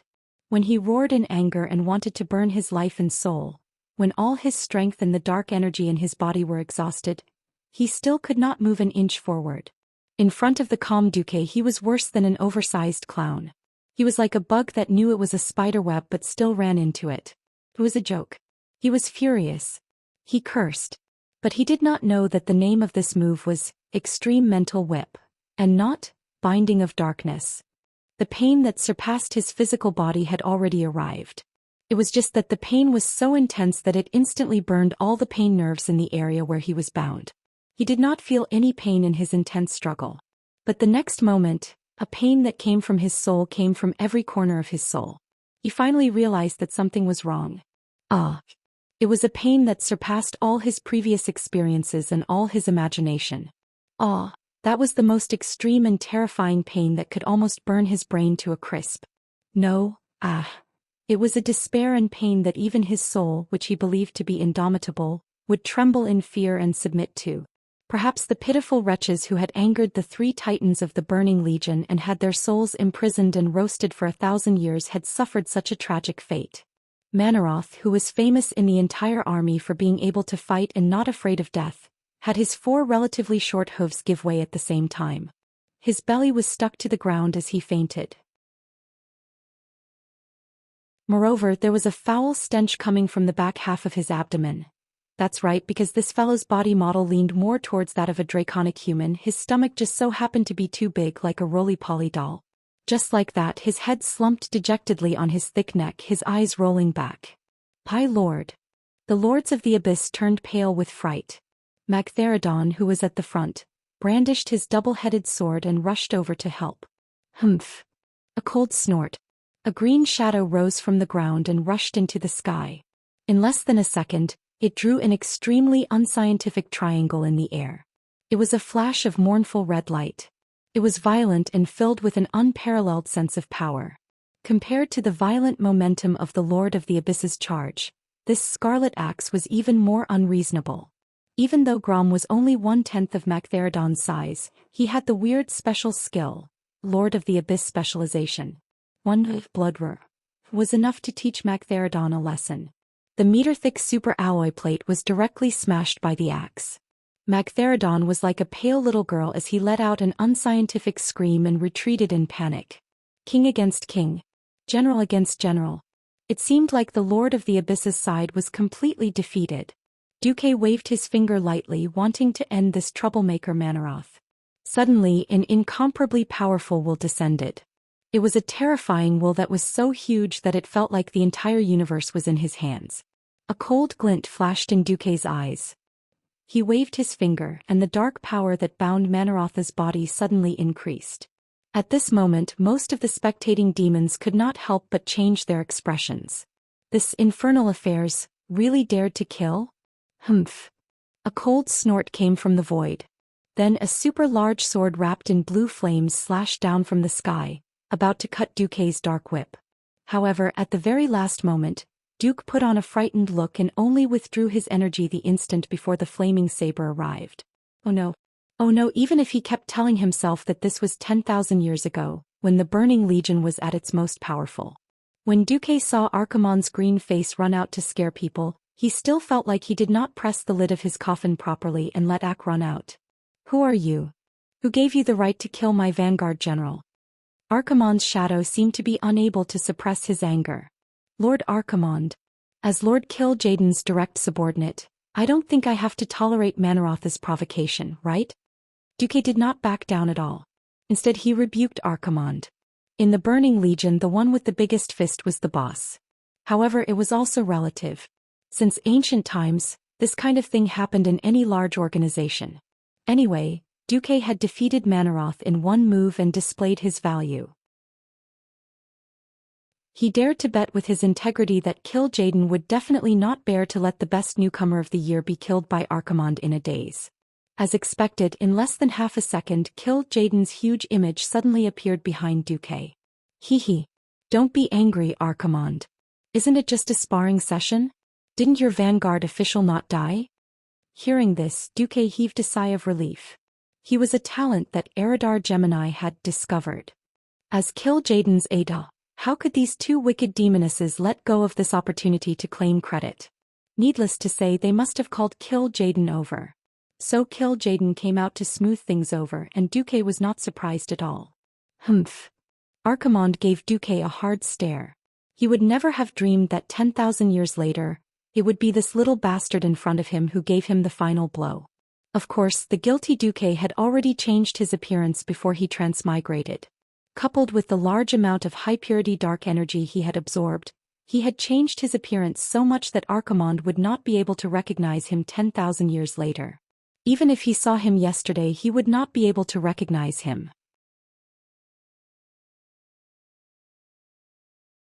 Chapter 1002. Archimonde, of course, could not do anything when a big boss of the same status as him came to smooth things over. What made Archimonde even more depressed was that Duque was clearly not the kind of demon lord who would face him head-on. He did not even have the chance to say that his hands were itchy. As one of the big bosses, he could not possibly be so thick-skinned, right? A snort was already his limit. In a group of demons, one could never expect everyone to live harmoniously like brothers. Not fighting each other was already the greatest restraint. Duque's control over this was simply perfect. How much Archimonde disliked Duque was how much Kil'jaeden admired Duque. Ever since he met the Eridar twins, Duque had never thought of relying on the brave Archimonde, not even for a short period of time. The move to kill just now was also an act by Duque. This was his proof of allegiance to Kil'jaeden, the chairman egg. Now that he had a proof of allegiance, the chairman egg would accept it. Of course, he would want some rewards for Duque. The red chairman egg smiled and said, "The Burning Legion does not raise useless people. Similarly, every demon must be responsible for their actions. Since Manaroth provoked and failed, shouldn't we give him some rewards?" After another cold snort, Archimonde's huge blue and green figure disappeared on the spot. Duque's eyes narrowed into a line. He was also very curious about what kind of rewards there would be. The Eridar twins twisted their soft waists. Like the same person in the mirror, they walked over from left and right in sync and placed their hands on Duque's shoulders. This is the rule for the Burning Legion's Lord level and above demons. The winner can obtain a Lord level item from the loser, Auras said with a smile. What if the loser can't give it? Duque touched his chin and said thoughtfully, Then you will become the item that was lost. Queen Solola's eyes were seductive. Then you will become the item that was lost. Hee, so that's how it is. Interesting. The high-rank warlock auras continued. All demons who have just become lords and have yet to prove themselves are low-rank lords. Because Manaroth is challenging you as a junior lord, he has to pay 4 times the price. Sololus pointed at Mactherodon, who was bitterly clutching his broken breastplate and trying to make himself less conspicuous. Including Mactherodon, there are still 4 lower-tier lords who have just attacked or are preparing to attack. Middle tier was twice as powerful. In other words, you and your servant can obtain a total of 8 pieces of lord equipment. Mactherodon's face turned green. He looked at his boss, Manaroth, who was still unconscious, and threatened, "Spies, right? Don't be too pleased with yourself. Let me tell you, if you dare to ask us for our collection, we will be enemies. If you can forget what happened today, you will gain the friendship of the Abyssal Lords." When Duque heard this, he suddenly felt like laughing. Laugh if you want to. Who cares if you're an Abyssal Lord or an Abyssal Turtle? Ha, ha, ha. Duque's unbridled and arrogant laughter echoed in the dark hall. It was like 2 huge palms slapping the faces of the Abyssal Lords. Every large Abyssal Lord's face was burning. Their muscles kept bulging and relaxing, looking like a unicorn's arm acting up. It was extremely laughable. Don't regret this. We are the strongest vanguard of the Burning Legion. Mactherodon no longer had much confidence. Duque burst out laughing. His arrogant voice had an indescribable demonic charm. Why should I please some trash who can't even defeat me? At first you wanted to enslave me, but when you can't defeat me you want to reconcile with me? How can it be so easy? Duque's eyes sharpened. He gently pushed away Eridar's hands that were on his shoulders and took 3 big steps forward. Hand over 8 items that my servant and I can use. Otherwise, I will take them from your corpses. It was in line with the rules, no problem. Moreover, Duque had never thought of joining the Burning Legion. Was he supposed to be like those trash who shouted, "Of course I forgive you," after being cuckolded? Bolsh *. Of course I'll take some and leave. I'm going to kill your entire family anyway. I don't care if you hate me or not. Duque was filled with murderous intent. Not only was he in the right, but his fists were also especially big. Not to mention how bitter Mactherodon looked. Something interesting happened again. None of the Abyssal Lords dared to touch the unconscious Manaroth's bag. Instead, a few of them gathered a bunch of items that Duque and Grom could use. Duque was slightly shocked. So the items of a servant belonged to the master? They were probably certain that Manaroth would still exploit them after waking up, so they contributed from the start. At least they wouldn't be punished by their master. Looking at the pile of epic equipment that was emitting a noble purple glow, Duque had to admit that killing and arson was the fastest way to get rich since ancient times. However, these Abyssal Lords had robbed countless planets to get their hands on top-grade equipment, and now they were all in Duque's hands. It was worth mentioning that the good items of Mactherodon and the others were slightly different from the original ones in history. They were not slightly lower than Mount Hygel's, but on the same level. This made Duque feel a little more excited. Apart from the pieces of equipment he got from Netherio, this was the best equipment he could get his hands on at the moment. Duque did not hesitate to choose a crystal pulse staff first. That's right, he had Argus Apostle before, but the problem was that it was Archimonde's treasure. Duque did not know if Archimonde already had this thing 10,000 years ago. If he did, then Duque would be courting death by taking it out. At the moment when he urgently needed to increase his combat power, the crystal pulse staff was a good transition. Anyway, there were only 5 suitable items, so it would be a waste not to take them. The Abyssal Hunter's Cloak and the Soul Eater's Gauntlet were 2 pieces of cloth armor. The key was the 2 magnificent Abyssal Lord's Pockets, which were 2 high-level spatial bags with a space of 200 cubic meters. It was completely different from the old Azeroth goods that Duque had used before, which were only 5 cubic meters in size. He did not expect to get such a reward from dealing with Manaroth. Duque laughed so hard that his stomach cramped. On the other hand, Grom had obtained 3 pieces of plate armor, which happened to be different from the ones he had obtained before. If he could return alive, he would definitely be able to create a set of gorgeous equipment that would blind most of the warriors of the tribe.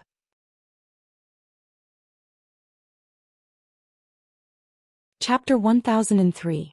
A group of demons looked at him with jealousy and hatred as he collected his spoils of war. And the same group of demons looked at him with even more jealousy and hatred as the demonic craftsman forged his spoils of war into a suitable size, and then equipped it on the spot. Even the cost of adjusting the equipment was paid by the sullen lords of the abyss. Not to mention the sour feeling in Duque's heart. He had slapped the demon in the face. He had snatched the demon's best. And he had even shamelessly asked for a receipt and 3 guarantees of after-sales service. This was the so-called despicable act. If Duque had really become a demon from today onwards, then it would have been fine. But the problem was that he had been prepared to run from the start. Of course, Grom, who still had no idea what Duque was up to, was very depressed. He did not even know if Duque had really fallen. Originally, the Eridar Gemini's eyes had lit up when they saw Grom, who had almost crippled Mactheridon with an axe, and subtly suggested that Grom should also try his dark powers. But Duque had used the excuse that lower races do not deserve to enjoy dark powers to gloss over it. The Gemini did not force Duque any further. Firstly, Grom was Duque's servant, slave. Secondly, perhaps he thought that Duque wanted to consolidate his power and position? Jealousy and being wary of his underlings were things that any smart Eridar demon would do. The Gemini smiled and did not continue the topic. Then Duque was led to an independent, sealed room. It was a huge space of 100 square meters, and there was only one luxurious chair in the middle of the room. Calling it a chair was not really appropriate, as the entire chair was made out of high-purity dark power that was so dense that it was almost tangible. It was more like an exaggerated, spiritual transmission system. Under the Gemini's guidance, Duque sat on it, and the next moment he found that his consciousness had been transferred to a huge hall. It was a huge fan-shaped space of over 1 million square meters. At first glance it looked like an opera house. However, there were only 3 gigantic chairs on the platform, which were obviously for the Burning Legion's 3 powerhouses.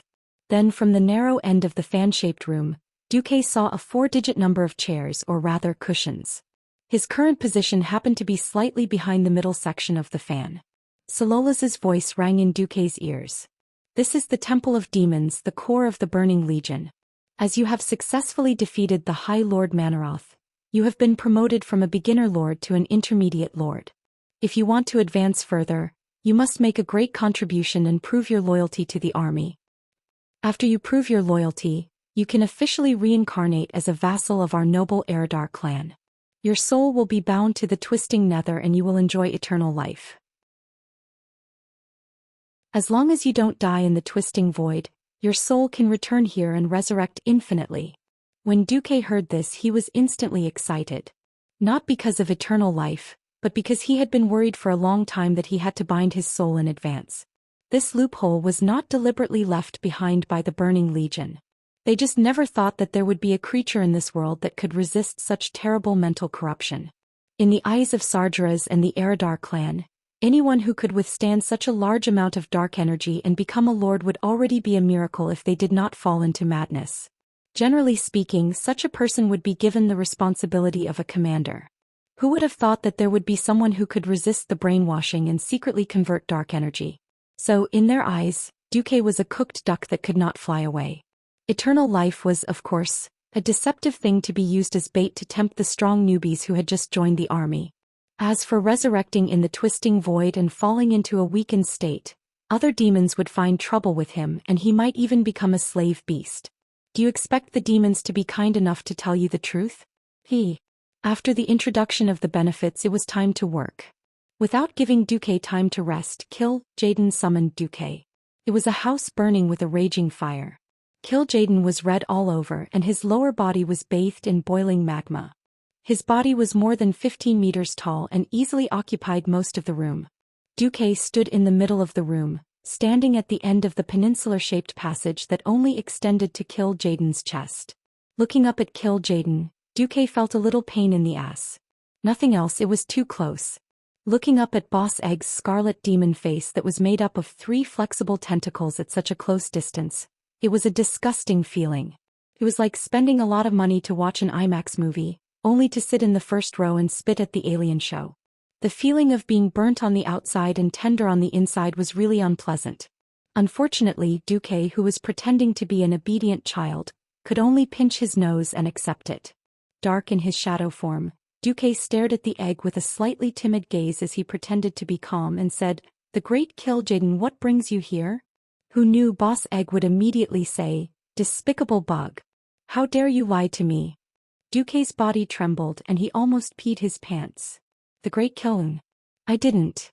This time it wasn't an act, Duque was really scared. "You still dare to say you didn't? There's no Andromeda star effect at all." Hearing this, Duque was instantly relieved. The true colors of the best actor were revealed once again. Duke's mouth moved as if he was probing. "The planet I was born on was just an inferior world with a low civilization. The Great Burning Legion destroyed my world in one day. Mass Effect planet is just what my lowly race and I call it. I don't know what the Great Burning Legion called my world. Is there a misunderstanding?" Jaden was speechless. The Burning Legion was the most brutal existence in the universe, the most terrifying violent organization. The number of planets and races they had destroyed was more than 10 million. Even if their subordinates reported, they would usually destroy an entire star system. Even someone as meticulous and cunning as Jaden couldn't possibly know what kind of culture each planet had, and what the inferior races called their home. The egg would never pay attention to planets that were easily destroyed. Generally speaking, knowing how much resources were taken from planets that were easily destroyed was already the limit of the egg's memory. Jaden was actually just trying to scare Duque. Seeing that this new Lord-level vassal creature was sufficiently humble towards him, Jaden was relieved. You're tuning in to the Zhou Xian's Legacy YouTube channel. Don't forget to subscribe and join us on this journey to catch the most captivating stories.